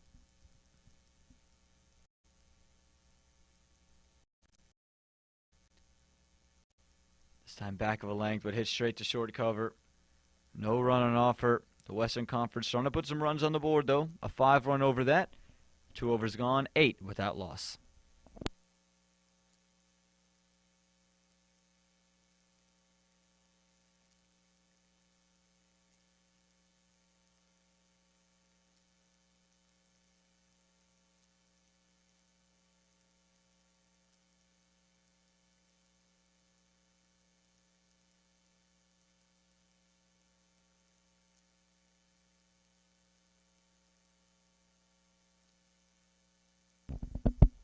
And Moksha Chaudhary to continue into her second over now. First one just went for 3 runs. And it was just 3 wide, so no runs off the bat yet. And another extra to start this over off. You can see Moksha Chaudhary just gets that angle to shift back into the right-hander. Just starting a bit too straight. Again, similar to Trisha Bhima. She can start that one on 5th stump. With her angle, that off stump just comes into question. That time, I think, just push it out a bit too wide. Again, not wide. But she would just like to operate a little bit straighter. Chetna Prasad, again, someone who likes to drive back down the ground. Very eager to swing her hands through the line. Swings her hands through this delivery. It's chipped up, but it's over the top of the infield. It's racing away on this quick outfield. It's just going to end up short. of the boundary rope. Just be 2 runs to Chetna Prasad, but again, you give her anything full with a chance to swing her hands through, she will do just that. That one just sliced over the top. You can see the captain, Gitika Kodali, going to keep long on out and bring in that deep fine. Yesterday for the Eastern Conference, we saw pretty consistently for the Pacers, the 2 fielders out, a deep third and a deep fine. This time the deep fine comes in. Much straighter. That's a brilliant delivery. That's where you want to operate if you're Moksha Chowdhury. Just daring Chetna Prasad to reach out. Again, just take a look at this. This one just looked like it held its line all the way through. Again, dare Chetna Prasad to reach out closer to stumps 2.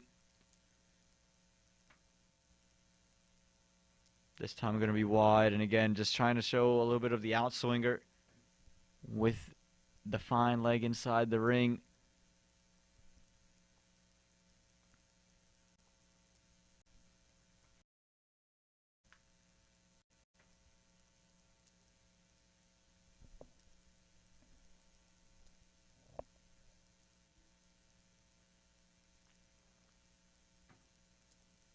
This one going to be another wide here for Chetna Prasad. Just struggle with the extras so far today. 3 in the first over, 3 so far in this over.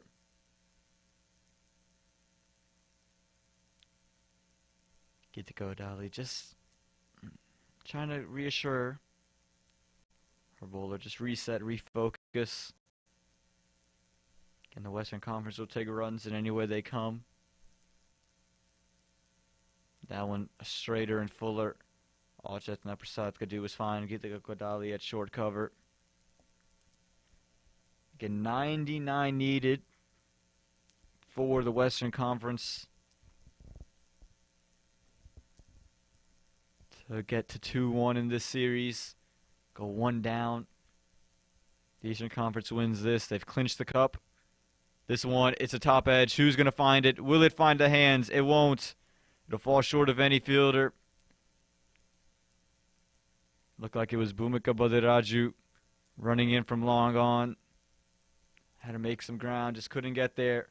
Again, long off outside. And it'll bring Snigdha Paul onto strike. That'll also bring back in mid-on, who was long off for, of course, Chetna Prasad. This one, the Yorker there, dug out by Snigdha Paul. Quick single here, and good running. The Western Conference knowing they need runs pretty consistently. 3 overs gone, 15 without loss.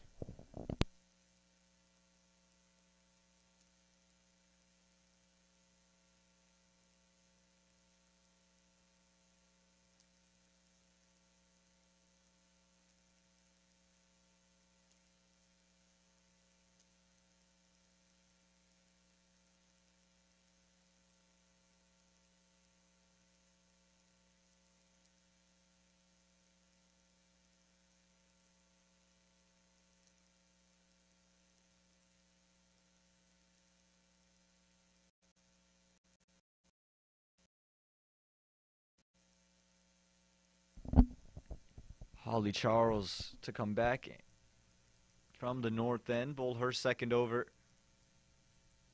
And sweeper cover taken out along with the third man for Snigdha Paul. Still that second.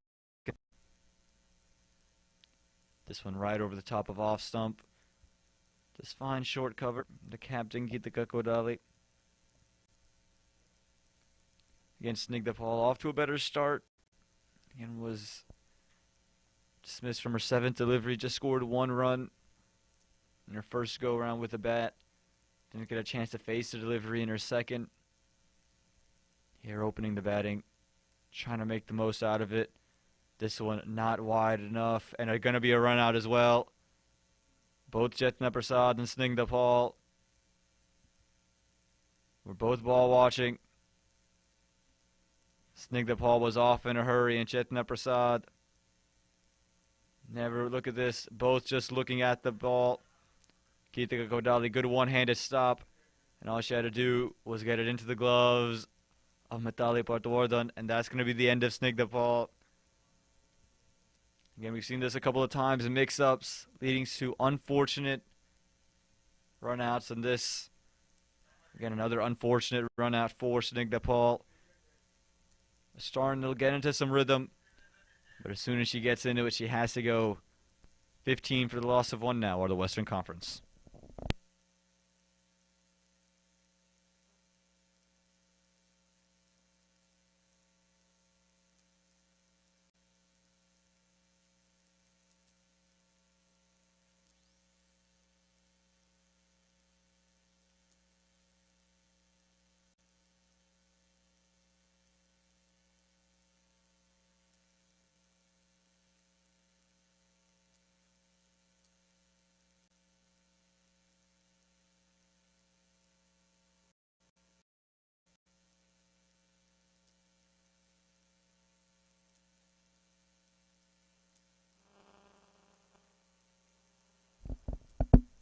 That wicket of Snigdha Paul brings out Sugita Chandeskar.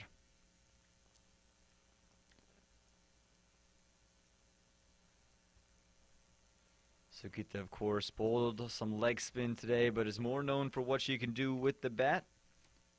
Part of the USA national women's team, the senior team.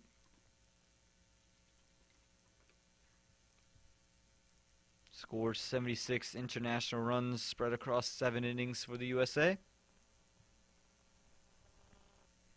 Again, her team is going to need her more than ever here, chasing a score here that is the highest that we've seen in Moosa Stadium. And this Sistar Mortgage USA Cricket Women's National Championship.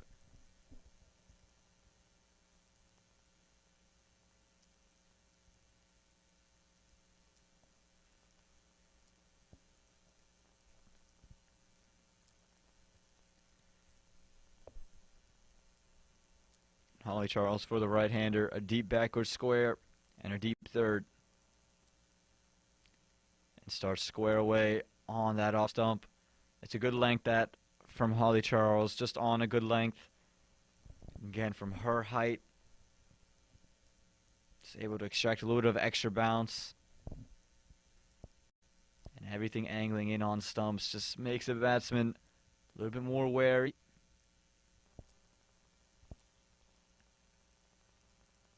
This time goes Fuller, just hugging that wide line. Again, Holly Charles just mixing it up to the batters. Not letting them really get a read on the line and the length she's going to want. It has that change-up delivery in her arsenal. A first slip now for the right-hander. This one angled all the way in, just a touch too straight. Helped around the leg side, just going to be 1. And the first run's for Sugita. And we're bringing Chetna Prasad on strike for the final delivery of this 4th over. Again, this over saw the wicket of Snigdha Paul, the run outs. Again, both batters caught ball watching. And for Chetna Prasad, they've taken out the long off, put them in the deep, and of course brought in that deep backward square. I mean, the Chetna likes to go down the ground. Tries to go down the ground, but gets the inside edge, and it's going to go into a vacant, deep mid-wicket region. Should be at least a couple of runs. It will be 2 runs to end the over. 4 overs gone, 18 for the loss of 1.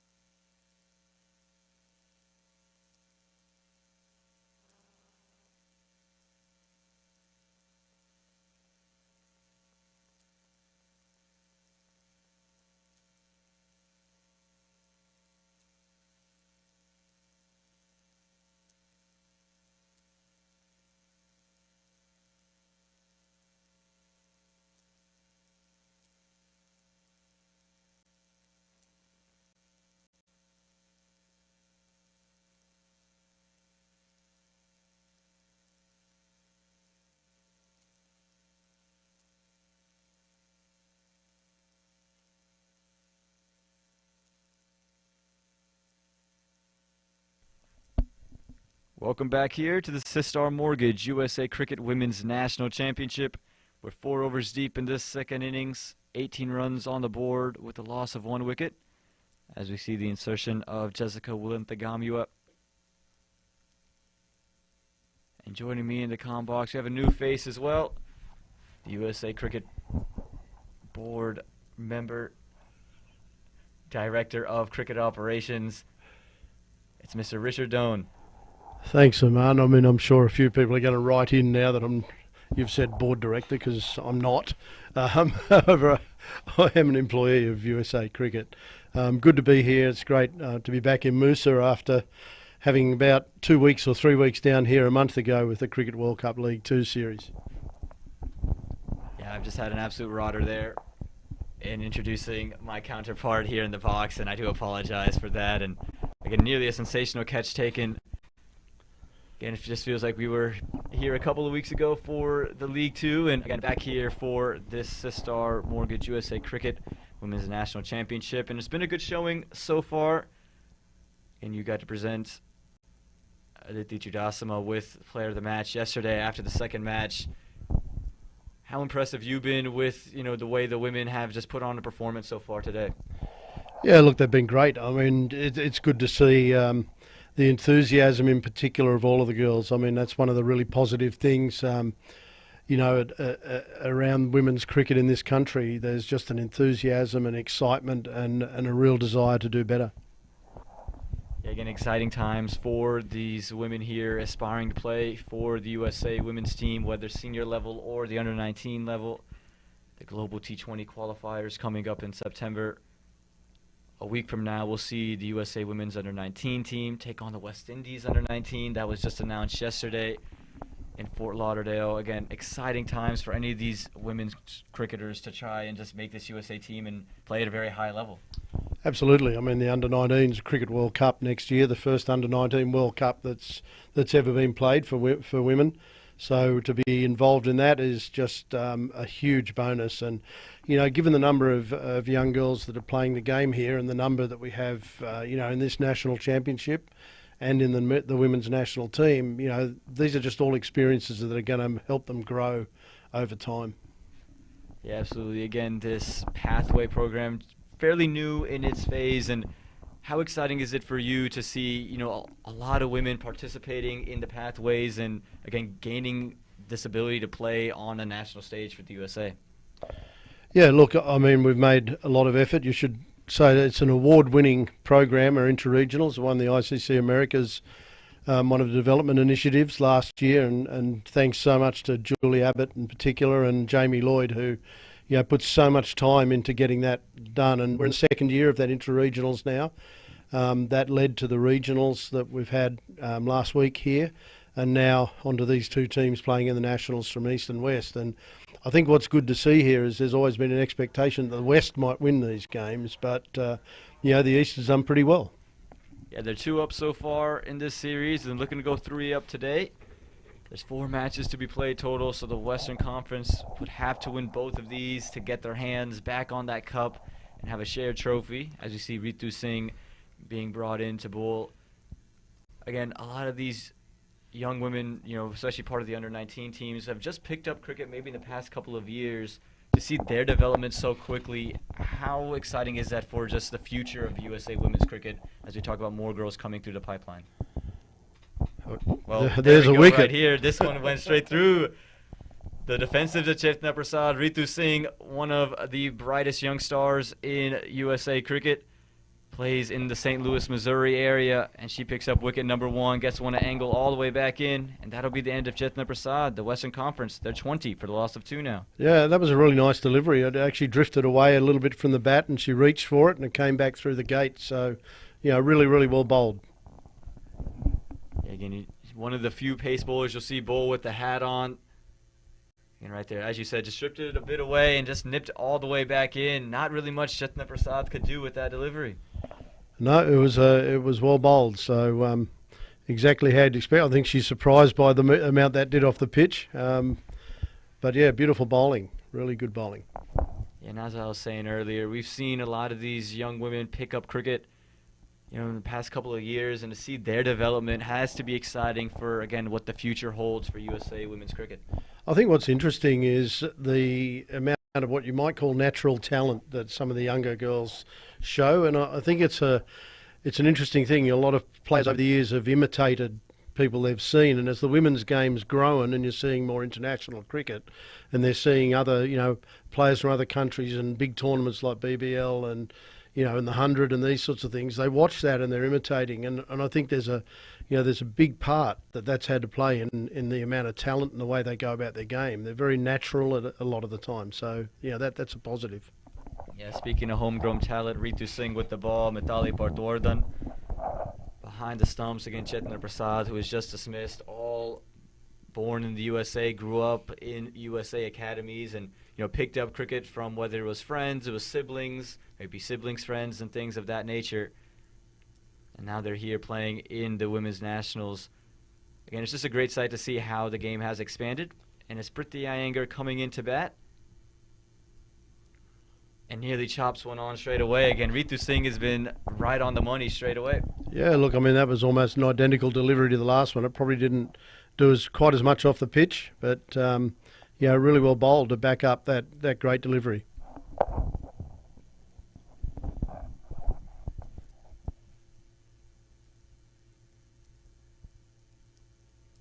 And this one finds the stumps. Ritu Singh, she's been on it, just getting the batters to reach out and going through the gates, and Priti Iyengar has to go without scoring a run. Again, Ritu Singh has just turned this whole game around and, again, come in right on the money, and she's found the top of off 2 times in the over. There's almost nothing you can say about that one because I just said it for the last 2 balls, but here it is again, and you'll see that sort of gentle drift away, and then there's that movement back off the pitch. Really well bowled. I think an inside edge perhaps on that, but well bowled and beautifully thrown up there, tempting the batsman to play. Yeah, again, just tempting Priti Iyengar into that big drive, and just some 3 deliveries for Ritu Singh. A dream start for her, and it'll bring out the captain of the USA women's national side, Sindhu Sriharsha. And my turn to make an apology there. I said a bad word. I should have said batter, in appreciation of the way the game's moved and the importance of obviously women's cricket in the future.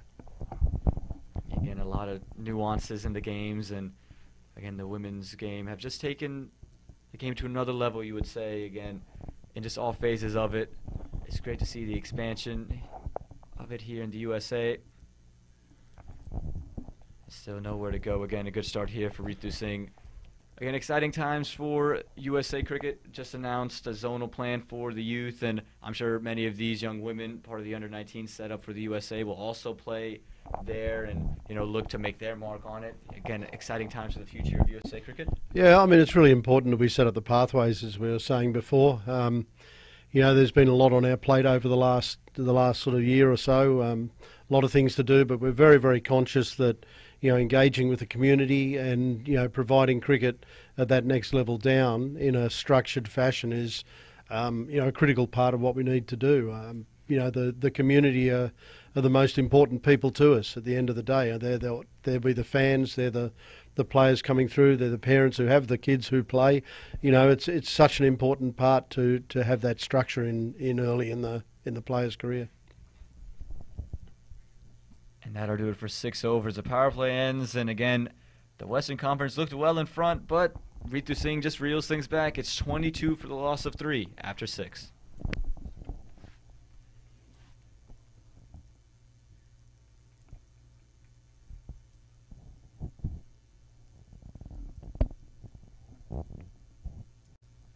It looks like it'll be Jessica Wilanthagamua to continue here, the left-hander. Again, in the regional tournament, 6 for 6 in a match was really fantastic, and again, another promising young prospect for the USA. Yeah, once again, I mean, it does get a bit repetitive talking about promising prospects, but they certainly are. I mean, there's this explosion. I expect as the girls play in an under-19 World Cup next year, we're going to see a 2023 where there's a lot more registrations for inter-regionals and a lot more girls being interested in the game. Yeah, you just spoke about That Under-19 World Cup you mentioned earlier is the first of that tournament for the women. Again, exciting times, and again, the USA having qualified for that tournament. How big is it for, in the mindset of the employees of USA Cricket, to do whatever you can to prepare these women to play in that Under-19 World Cup? Yeah, I mean, one of the key things we've done this time around is obviously Shiv Chandapal has come in as head coach. He's head coach of the women's program, so his role is to oversee both the senior team and the under-19s, and that's I think gives you an idea of the importance we place on this under-19 team at the moment. Again, the insertion of Shiv Chandapal, so much experience he has, so much cricket he's played for the West Indies. How do you think that kind of trickles over into not only the senior level but the under-19 level of this USA women's program and just takes them to that next phase of their game? Yeah, I don't know that it's such a trickle. I mean, the thing is we've got 7 or 8 girls in the senior team, so they're going to get the benefit of Shiv's experience and coaching prowess at both levels. And that was an important part of the decision that we took in saying, well, look, I think it's time to have that person lead both programs.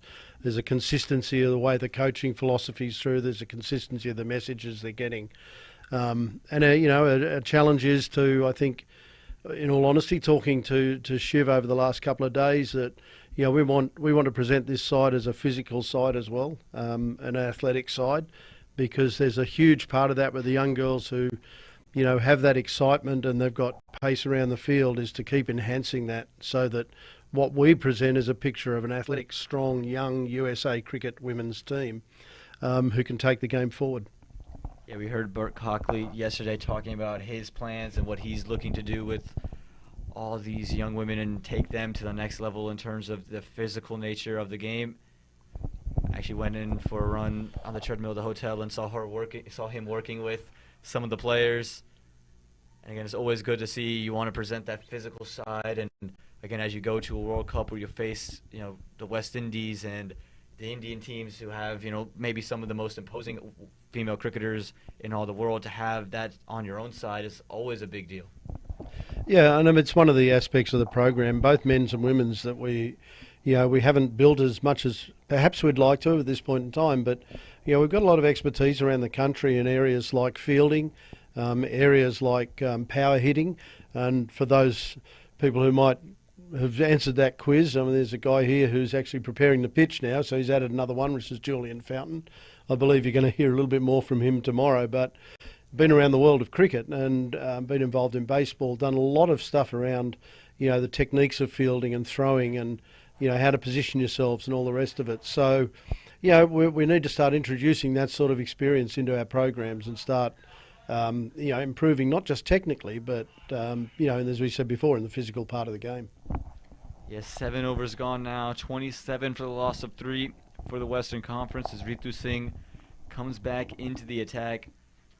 Again, we've seen some pretty good, solid feeling already from these women. And again, it's promising signs for as we head towards the Global T20 qualifier and that Under-19 World Cup in January, with the way the fielding's already presenting itself. Yeah, I mean, there were a couple of great throws yesterday. I think one was from maybe Disha Dhingra, who created a run out. I hope I've got that right, but it was down to the far end and it was a very, very strong throw. I was tempted to think back to someone else whose name started with 2 Ds, which is Deandra Dotton, who was a former javelin player with a javeliner, whatever you call them, a javelin thrower in the West Indies who played cricket, and I had the pleasure of seeing her in around 2008 at a training camp in Barbados, and the first fielding drill we did was with a guy named Roland Butcher. And Roland was standing there ready to catch the ball, and he did not expect what was going to come to him. It was like mighty quick. And yesterday we saw a couple of great throws, a lot of power in the throws, and that's the sort of thing you really want to see.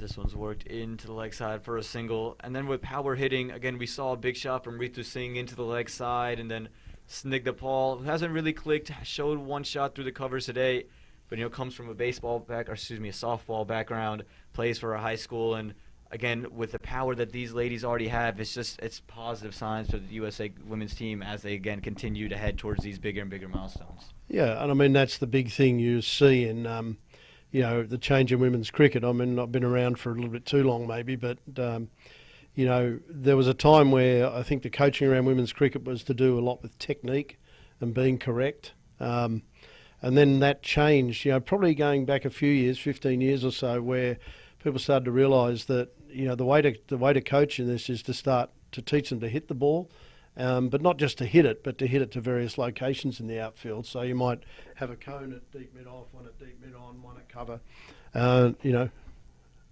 off you go. Try to hit those spots.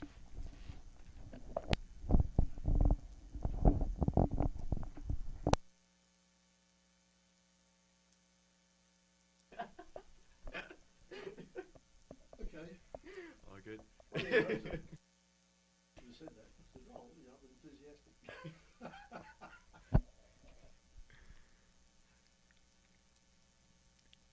Again, hitting in various parts of the ground. You mentioned Disha Dhingra earlier. Really like that cover region of the ground. We saw her yesterday hit a 4 over the top of covers. And again, to see these women accessing those parts of the grounds, playing shots into out, it just shows the technique coupling with the power and that change in coaching women's career, and like you said, in the last 15 years.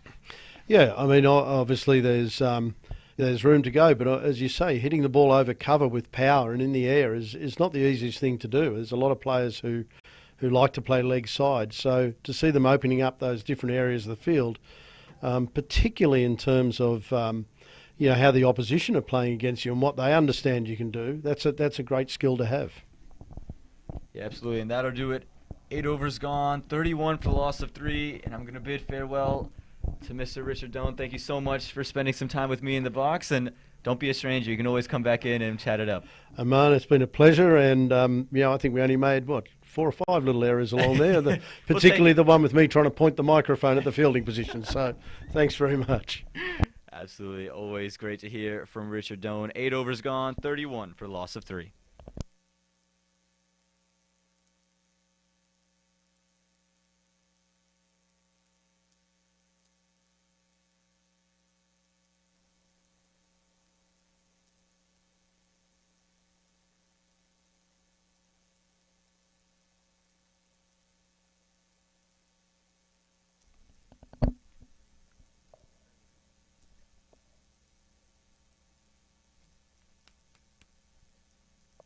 .68 from 12. That's the equation for the Western Conference as Jessica Lilanthagamua continues her spell. Again, impressive 6 for 6 in the regional tournament. It's Sindhu Harsha and Sugita Chandrasekhar, the two batters in the middle. As this one pushed just straight to short mid-wicket. Again, Jessica's kept things tight. She's kept it full, kept it straight. Also gone to that length, but again, not giving room to Sindhu, the U.S. captain. Again, in the Western Conference will need them, need her to have a big innings today as they take another quick single.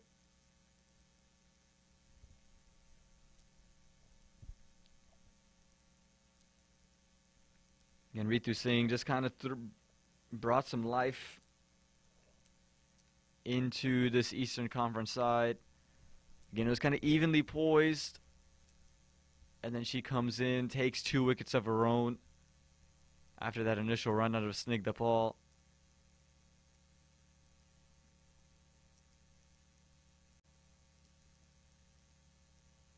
And you can see it here from Jessica. She's not doing anything fancy, not trying to swing the ball a long ways away, trying to bowl these incredible Yorkers.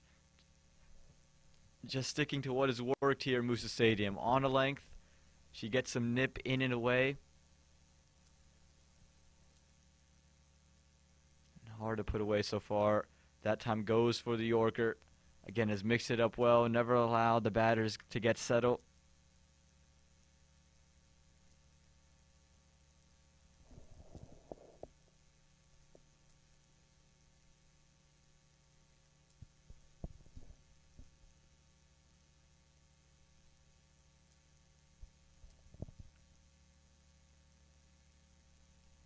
This one is taken back down the ground. Just a couple of bounces to mid-on. And you can see the Western Conference knowing they're going to need some aggression. 9 overs gone, 34 for the loss of 3.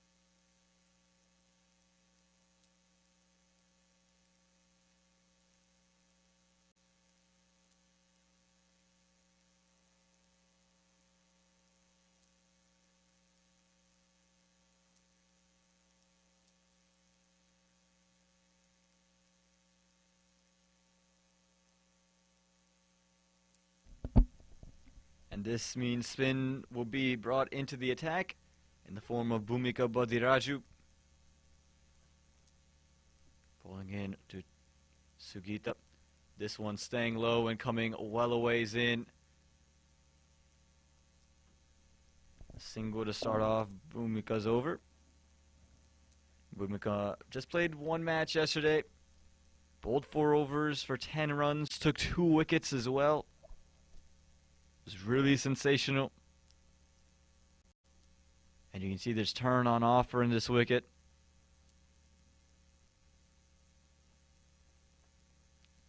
This one just pushed back to Bhumika.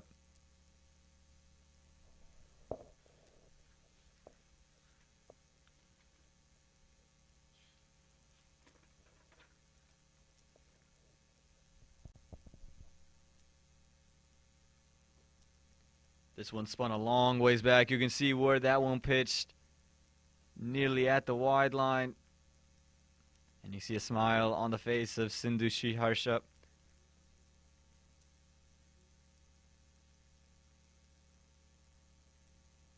Just knowing how much that is spun. Again, that one's spinning a long ways as well. It's pulled into the leg side. Deep mid wicket comes around. Just keeps it to 1. Good work there from deep mid wicket. Again, going to be a busy area. For I believe it's Disha Dhingra who's out there. But the way the ball is turning, you could expect both of these batters to look to pull and pull hard. And you can see Sugita standing just outside that off stump.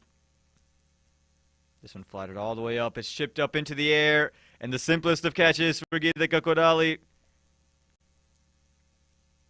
You can see it's almost not even joy on the face of Bhumika, but more just relieved that that one fell into the hands and some celebrations going on. You just take a look at this here from Bhumika. Lofted up and just spun a touch, and Sugita knew it straight away. Just hits a little high off the bat, put it straight up into the air, and the 4th wicket goes 36 for the loss of 4.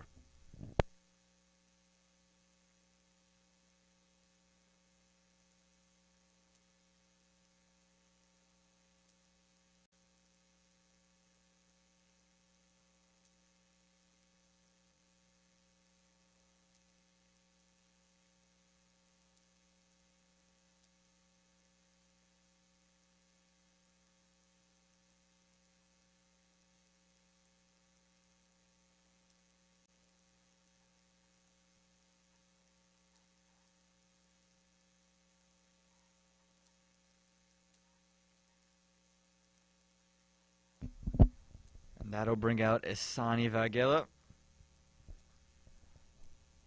Again, Isani today is able to go and perform with the ball.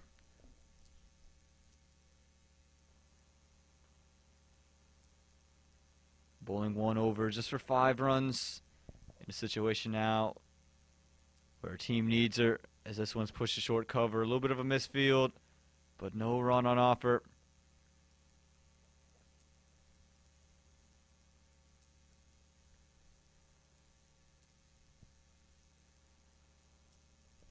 Sonny Vagela hasn't got a lot of look with the bat.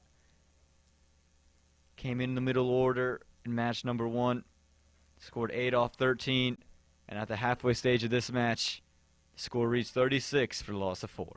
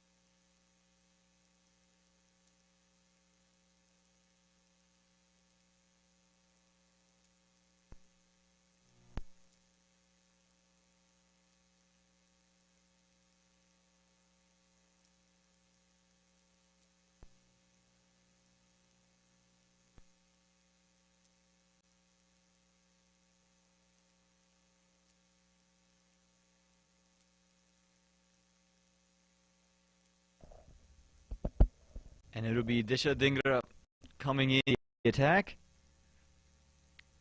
Again, scoring the winning runs for the Eastern Conference yesterday. Going to look to deliver some of these final blows. And we'll love this wicket of Sindhu Harsha. Digs it in short. It's pushed out into the offside. Could be a couple of runs. Could be a 4 as well. And it looks like it will be. It was short. It was wide. It was there to hit. A welcome delivery for Sindhu Saharsha. Puts it all the way to the boundary. The Western Conference will mean more where that came from. 59 needed from 59 deliveries. It's a run ball. Fairly similar to what we saw yesterday. Run ball comes down to the final delivery.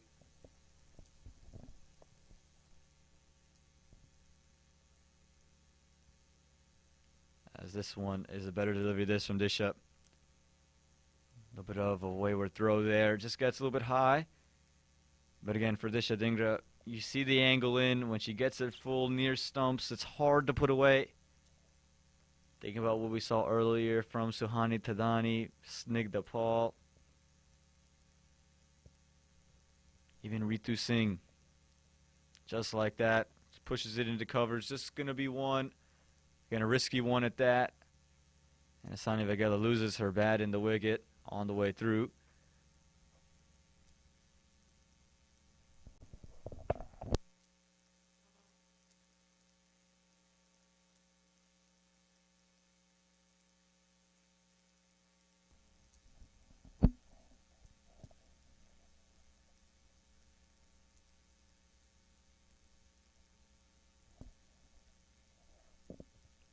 Disha finding her length now.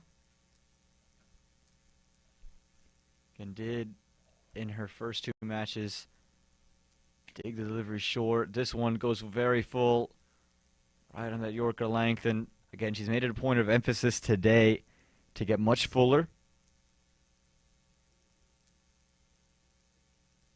and let the ball nip around.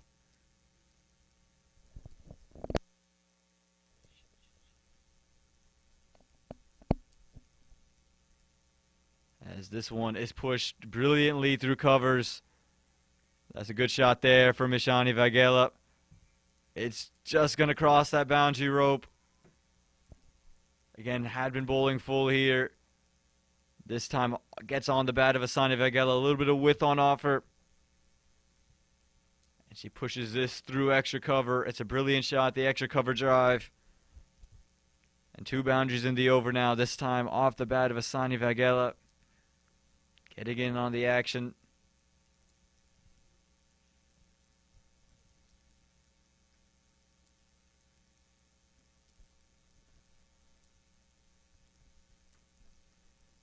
And that's prompted sweeper cover to go out. Again, we moved into an extra position.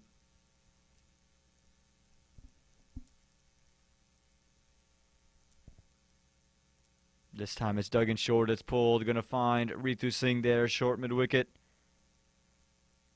A good over this for the Western Conference. 9 runs coming from it, 11 overs gone, 45 for the loss of 4.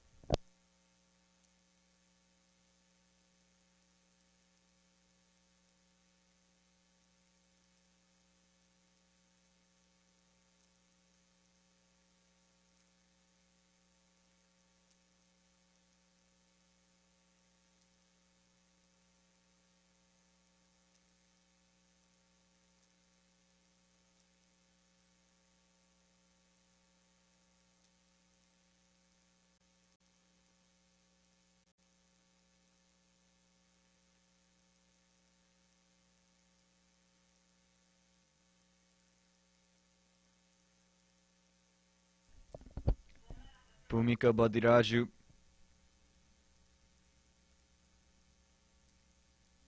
Back into the attack. Continuing, took a wicket. Just gave up 2 runs from her first over. Again, you can see offing up. That good flight there. Just trying to entice the batter to swing hard across the line and just open up stumps.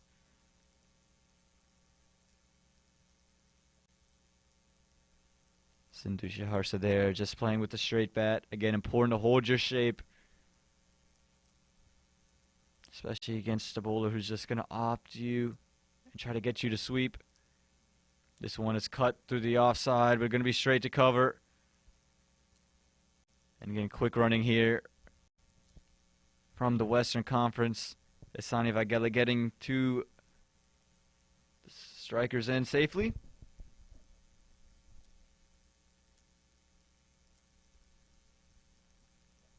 And brilliantly hit a 4 through extra cover in the previous over. It's made a 54 from 54 coming into the over. 53 from 52 now. This one just pushed into the leg side. Again, don't want to have an abundance of dot balls, and that's why Bhumika Badiraj is being brought in. Just trying to tighten the screws at the moment, put some pressure on the... This one very short, and was it 2 bounces before it got to Asani Vagela? Looks like it was just 1. And we've seen a couple areas where it might just stay low.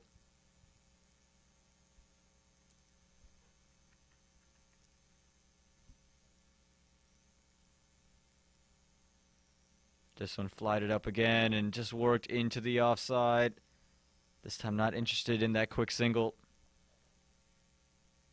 Again, Bhumika's bowled well. I think she's understood when to flight it. Let's try to change up with keeping some deliveries a little bit flatter. We'll see if she goes a little bit of a flatter one here. This one pulled into the leg side, but straight to Lisa Ramjit there. Short mid-wicket. That's sharp fielding. Struck firmly off the bat of the Western Conference captain. And there's 2 dots to end the over. 12 overs gone, 47 for the loss of 4.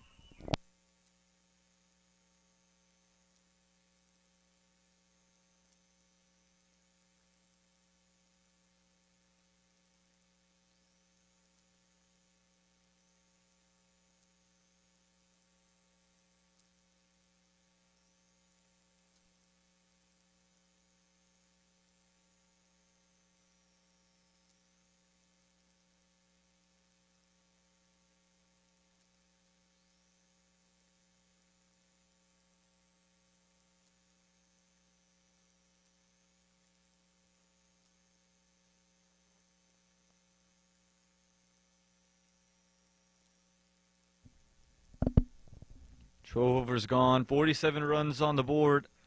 There's Disha Dhingra to bowl her second over.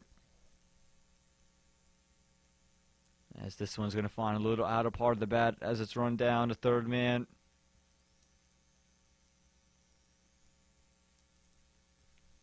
Again, for the Western Conference, important to take things deep. 51 from 47 now. And again, we saw a position where the Eastern Conference just took the game deep, put a lot of pressure on the Western Conference, and they were able to get over the line yesterday. And a magnificent chase. Again, we could be in store for another one of those. The Western Conference would hope it'd come off the bat of their captain in the middle, who just runs it to third man. Again, a single always open there. Anytime width's on offer, you're going to see them just look to run it down to third man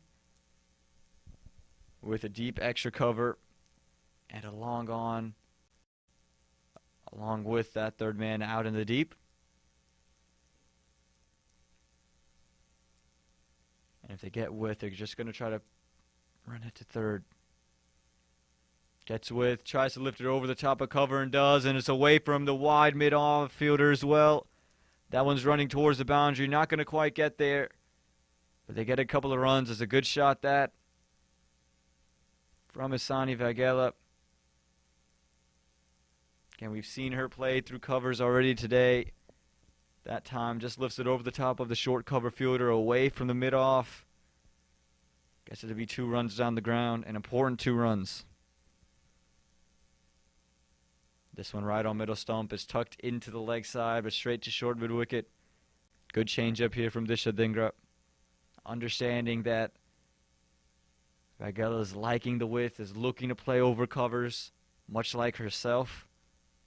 So keeping it straighter on stumps, not letting her access that region. And you can see now mid-off going back into a long off position. Again, for Isani Vagela, the single is now there. He goes and pushes this one at point, but no run on offer. Again, good work from the captain, Geetika Kodali, back at backward point. And Disha Dhingra also pulling the length there too, not allowing Isani Vagela to drive it straight back down the ground.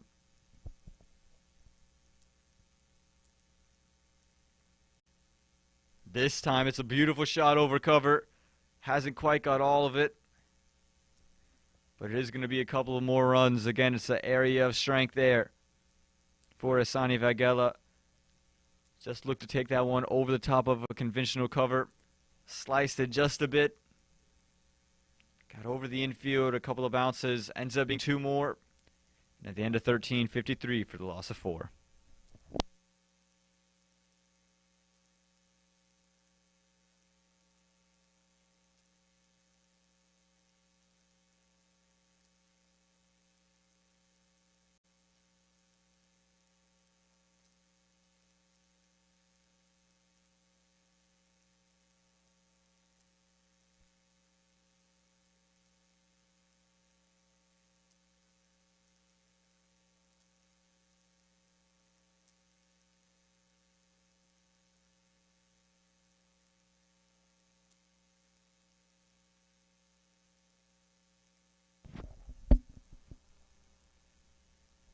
It's Bhumika Badiraju continuing. And Sindhu Sriharsha gets this one between backward point. They're going to come back for 2. Need some quick running. Throw high, and it's going to allow Sindhu to get back for 2. It was a risky 2 runs there. And that throw maybe over top of the stumps. Could have been cause for concern for the Western Conference. But Sindhu Sriharsha gets back. Again, they understand the situation. It's 44 from 41. They know they need to find a run every delivery. 2s when they can take them.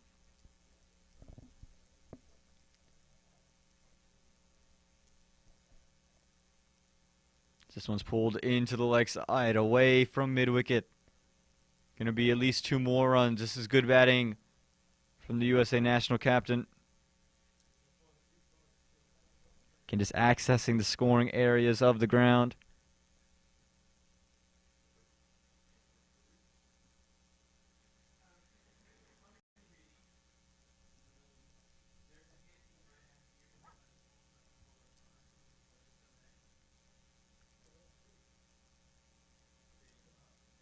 This one lofted all the way up and gets the inner part of the bat.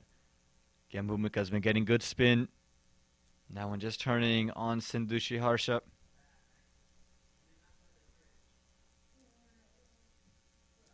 Makes it 42 from 39. Again, flied it up and left alone. Again, they've turned to Bhumika in this situation because of how she can tighten the screws, keep things tight.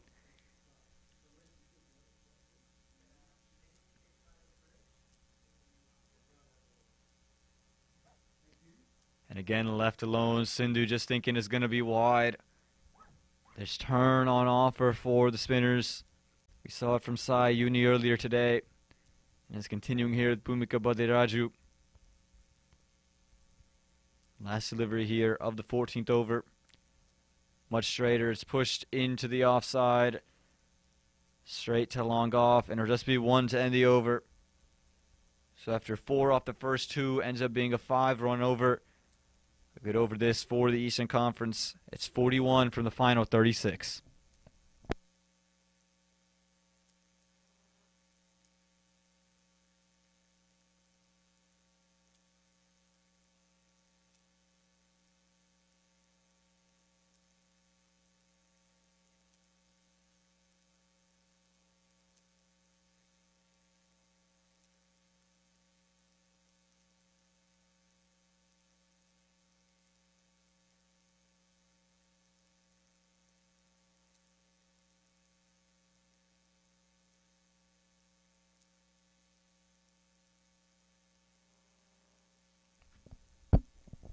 And seeing the success of the off Raju, we get to see another off spinner inserted into the attack, this time in the form of Tharnam Chopra.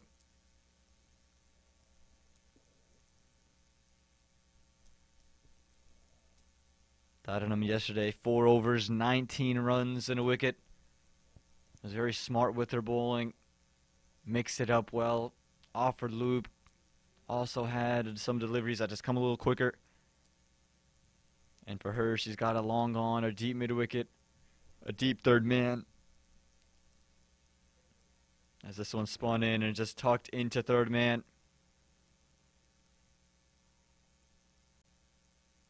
They're going to go ahead and get one. Asani Vagela on to strike. But again, a lot of turn on offer. Dangerous to try to run things down from stumps. Again, that one was touched away from middle stump there. Third man's inside the ring.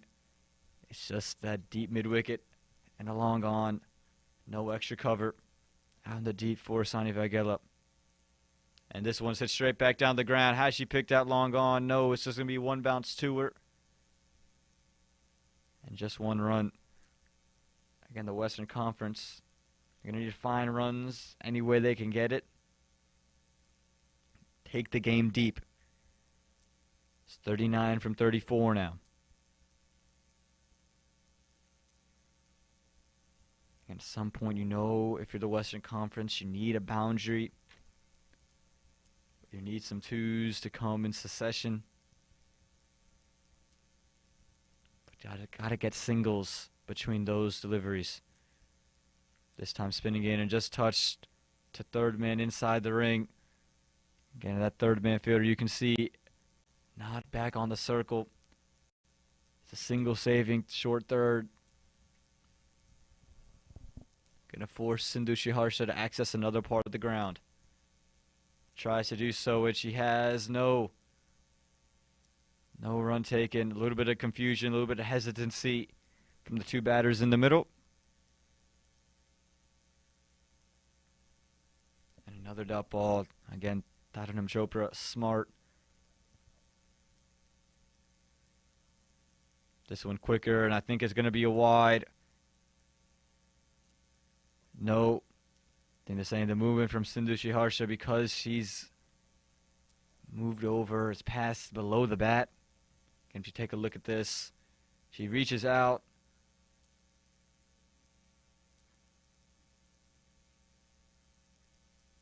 It's a dot ball nonetheless there. One delivery left here in this 15th. Another good delivery from Tharnam Chopra. That ends a great over for the Eastern Conference. 15 overs gone, 60 runs on the board, 4 wickets down. That means it's 39 from the final 30 deliveries.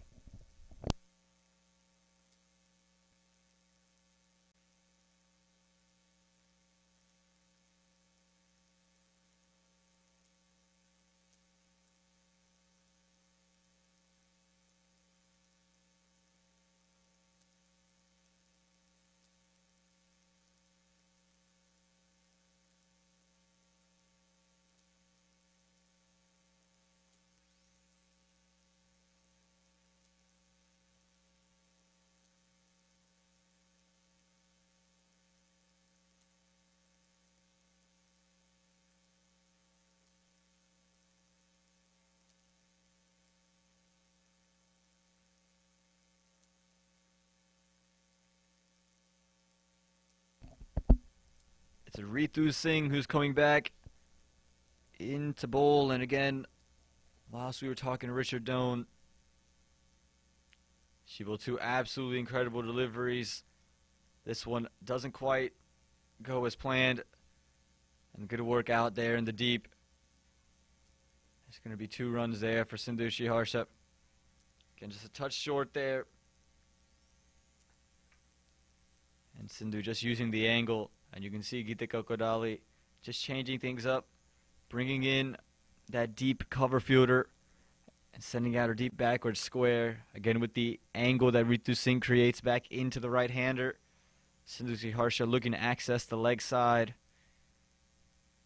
This time goes over the offside, just over the outstretched hand of Geetika Kodali, and it's going to be 2 more runs. Playing with the field now, Sindhu Harsha.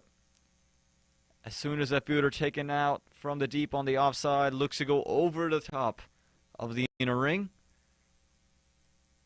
Geetika Kodali nearly getting a hand to that one at short cover.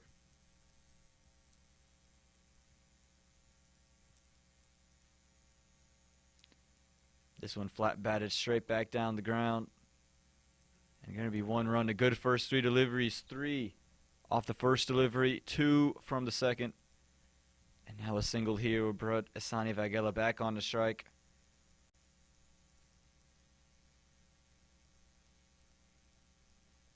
Getting a good start here for the Western Conference.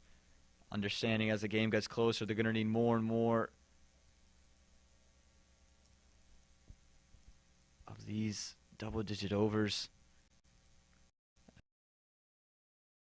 In front of mid-wicket. Disha Dhingra does well. Throw comes in and they're going to get 2. Again, it's good batting this. Using this as the over to take advantage of here. The Western Conference. Already 8 runs from the first 4 deliveries. 31 from 26. Again, Asani Vagela showing off her prowess with the bat as well. There's no deep cover fielders for her. This one's short and pushed straight back. And again, had she just waited for it, could have been a second bounce. Could have been a no ball. We saw that in the first innings. Like I said, it's a valuable dot ball for the Eastern Conference. Again, as the game goes deeper, anything can happen.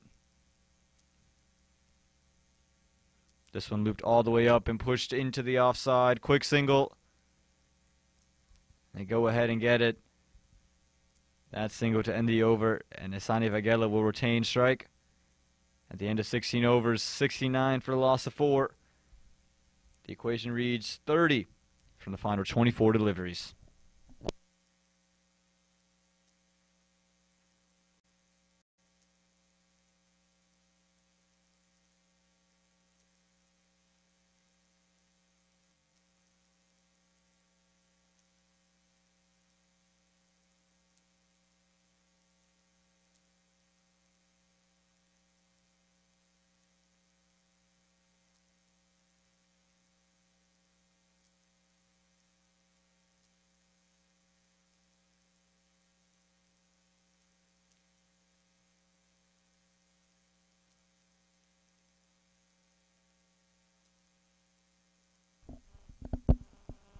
Taranam Chopra will continue in this 17th over. Just gave up 2 runs from her first over.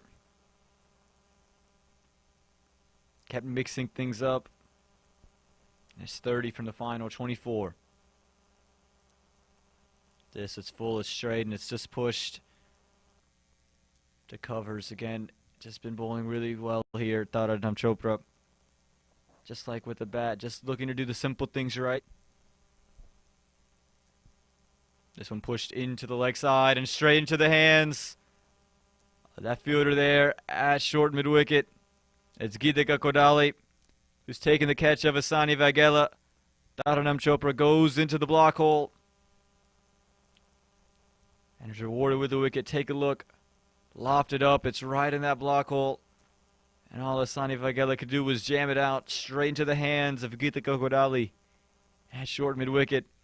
That 5th wicket goes in the 17th over. 69 for the loss of 5.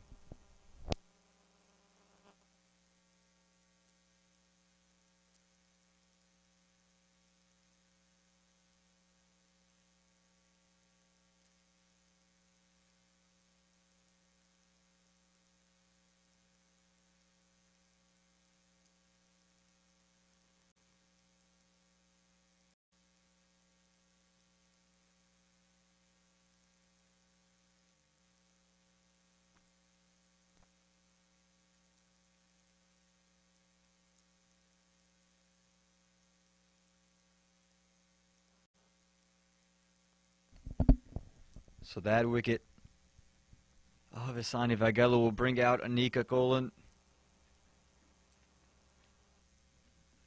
Anika Kolan, of course, debuting for the USA in 2021. Has 61 international runs. Needs 30 here. Start off with a dot ball.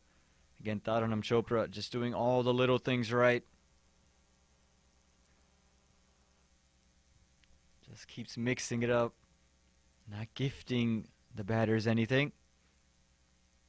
This one again, cut and just going to be cut to covers. Anika Kolan's got to find a way to bring her skipper on to strike. It's 30 from 20 now.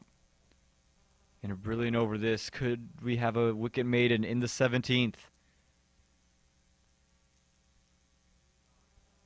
This time it's a full toss, met on the full, straight to backward square. And they get one, and Sindhushi Harsha will be on strike for one delivery here in this 17th over. A brilliant over this from Taranam Chopra. So far, just given up 1 run, taking a wicket as well.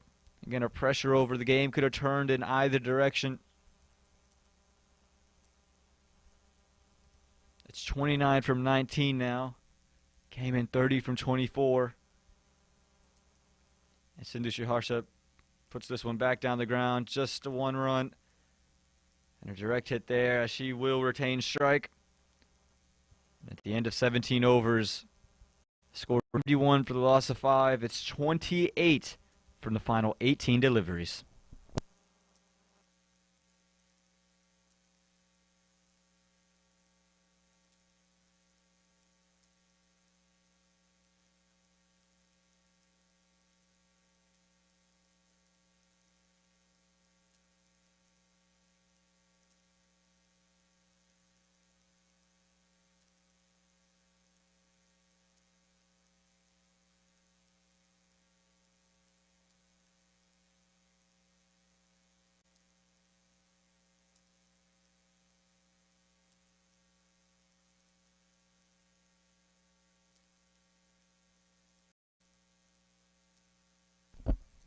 And look at this shot here to start off this.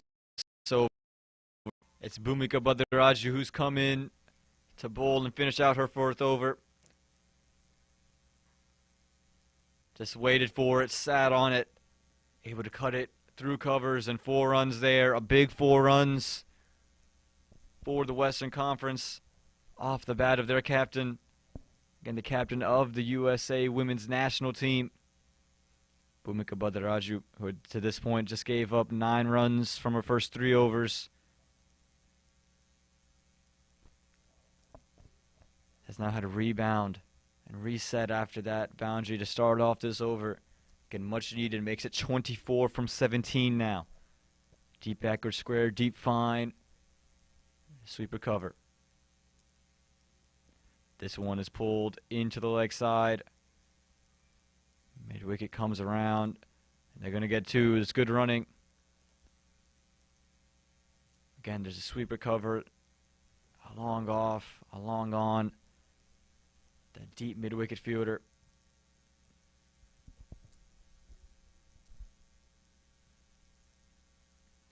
And Sindhu Harsha knows this is her time. Her team is going to need her to do the bulk of the run scoring. Again, waits forward and just guides this one to short third. Quick single taken. A direct hit there from third man, but it's going to allow another run to be taken. Again, no chance that Sindhu Harsha was going to be run out off the initial throw. That throw coming in from Ritu Singh at third man. Again, a direct hit at the base of the stumps, but it just ricochets over to mid-off and allows Sindhu Harsha to get back on strike. 2 more runs on the board for the Western Conference. Are we in store for another last ball finish here at Moosa Stadium? This one flighted up and it's hit straight back down the ground, but it's just going to find the fielder. Standing there at 45 at long gone, Sindhu Harsha. It's been a good innings for her. She's led from the front, 31 from 29. 39. Looking to take it right back down the ground. But all she could do was find the toe end of the bat. And find the fielder standing there at long gone. Again, the simplest of catches. And a big moment here in the match. Again, it just slowly felt like the Western Conference was starting to inch ahead. 79 for the loss of 6 now.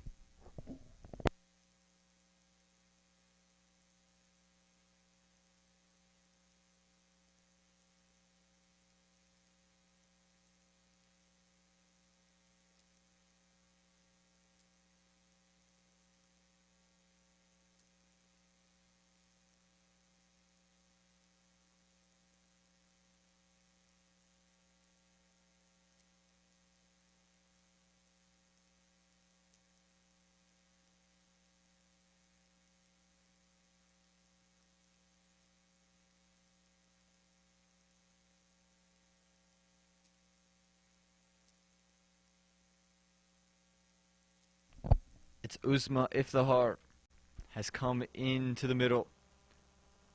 The USA Women's National player. She'll be at the non-strikers end. It's Anika Golan on strike.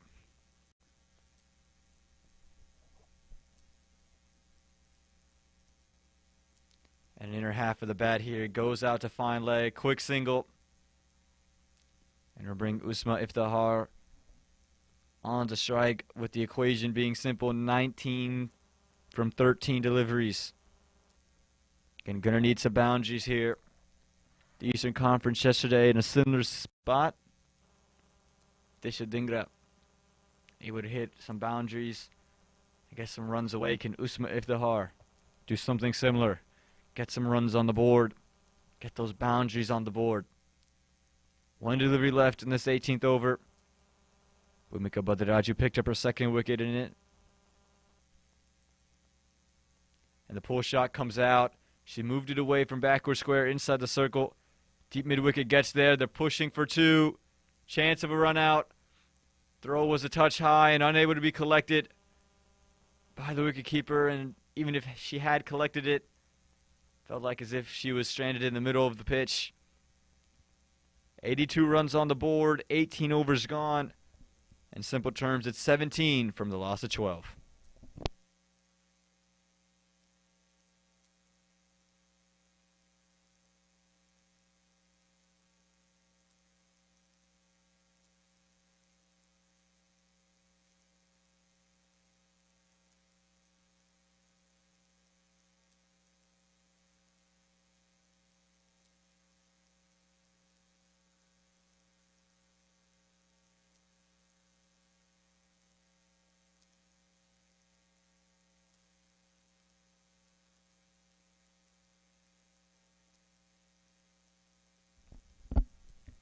Dharanam Chopra to continue and bowl her third over. Her first two have just gone for 4 runs. She's taken a wicket as well. She'll be bowling into Anika Golan. It's 17 from 12. The Western Conference able to get a single off this first delivery. Off a misfield at short cover. And it's Usma Iftihar who's on strike now. Again, Usma had a good day with the ball in her own right. Now it's going to be about what she can do with the bat. Has scored 16 international runs.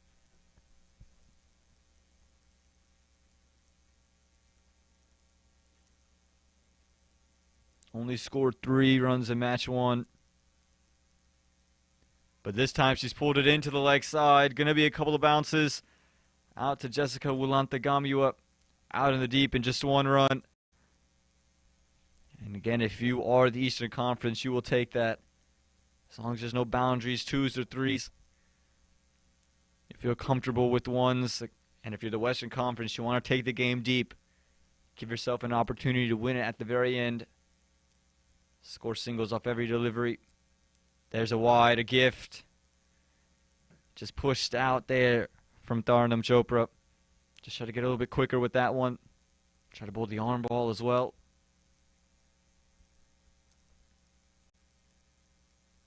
This time it's pulled into the leg side. Going to be straight to long on.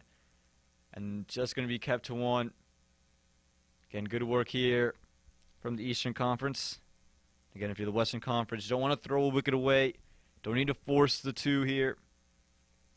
It's 13 from 9. Again, 1 boundary. Just changes the outlook of this game.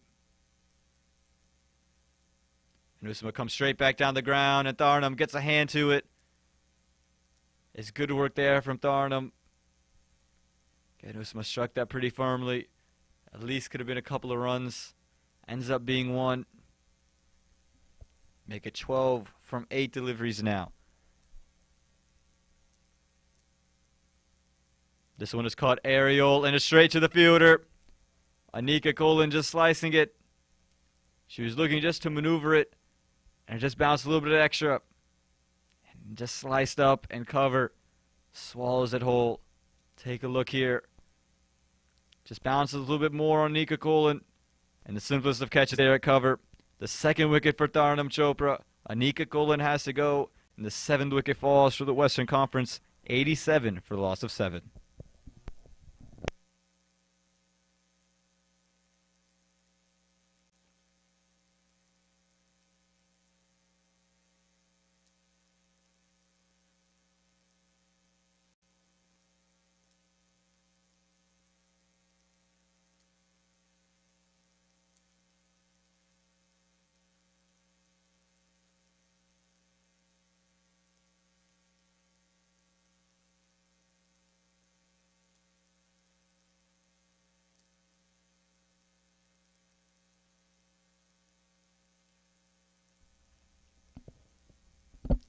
And this will bring out Trisha Bhima. Just bowled 1 over today. Again, is going to have to show her prowess with the bat. It's 12 from 7. And at least has to find ways to get singles. Again, if you're the Western Conference, you almost feel as if you need a boundary. Just to take a lot of the pressure out of the innings. But here we go. Dharanam Chopra just got 9 runs, taking 2 wickets. And nearly gets wicket number 3. It's a single to end the 19th over. So that means it'll be 11 from 6 for the Western Conference to claim the win.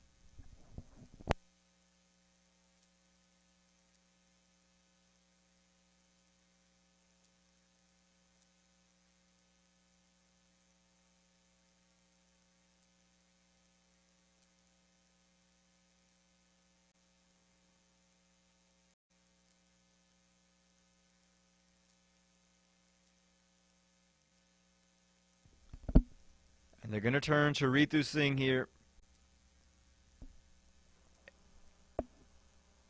and it's almost staggering. The chart here, the worm chart, between these two sides, the past couple of overs have turned absolutely identical. Apart from wickets falling, the runs flowing at the same rate. And a good start this for Ritu Singh. It's 11 from 5 now with that initial dot ball to Tushabima. Again, just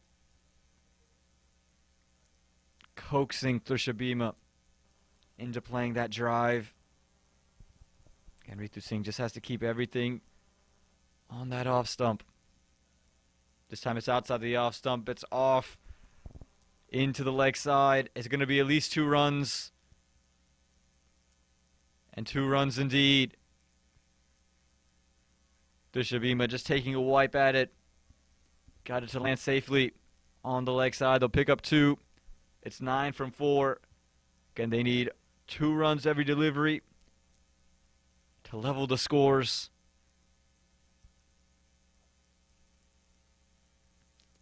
This one again outside the off stump. A vicious wipe.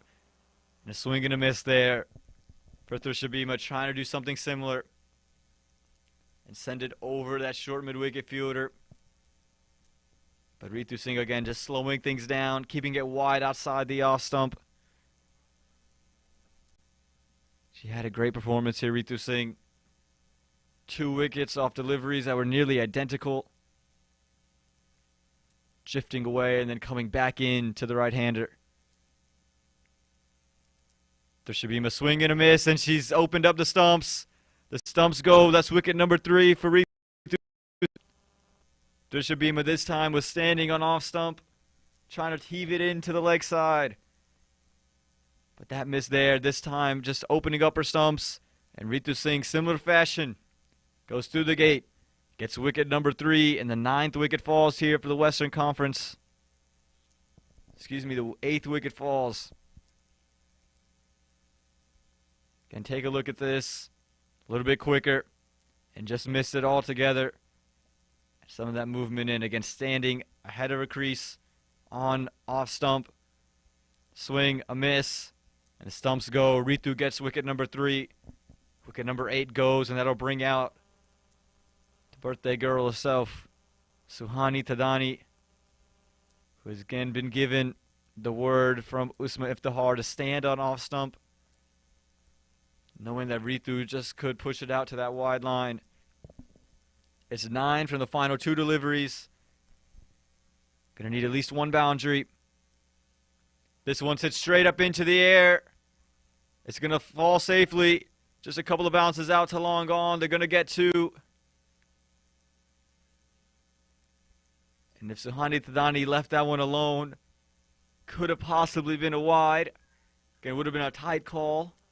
Always risky to leave deliveries in the final over. And so this means 6 is needed to level the scores. It's 7 from the final delivery.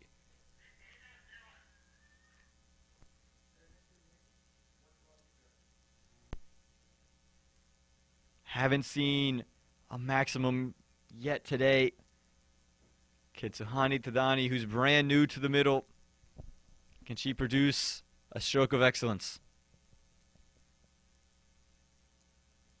Gets bat on ball. It's up in the air, but doesn't have the legs to go over. Just going to be 2 runs. In the Eastern Conference, they're going to get the victory here. They're going to go 3 up on the series. Another thrilling run chase this. The Western Conference just falling 5 runs short.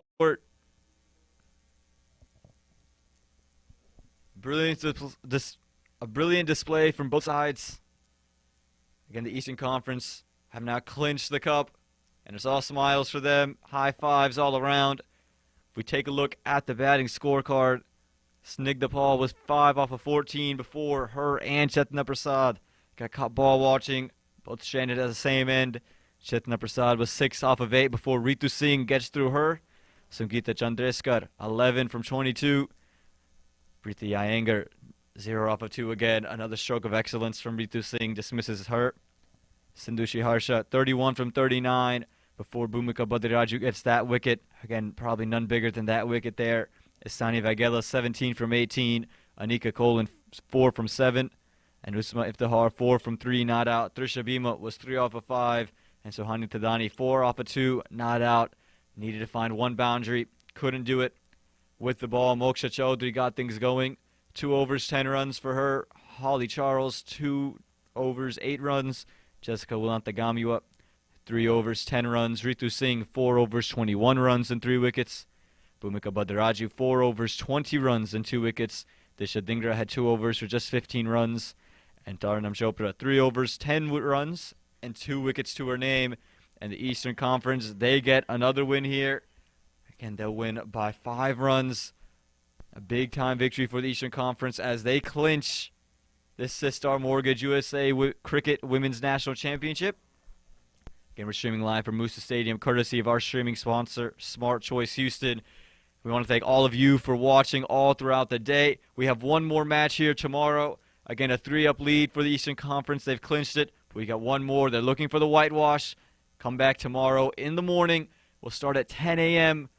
Again, we appreciate you guys for getting throughout the day, checking out this stream. We want to thank Smart Choice Houston for their efforts of making this stream possible. I'm Om Patel signing off from Moosa Stadium for now. We'll see you tomorrow right here in Pearland, Texas.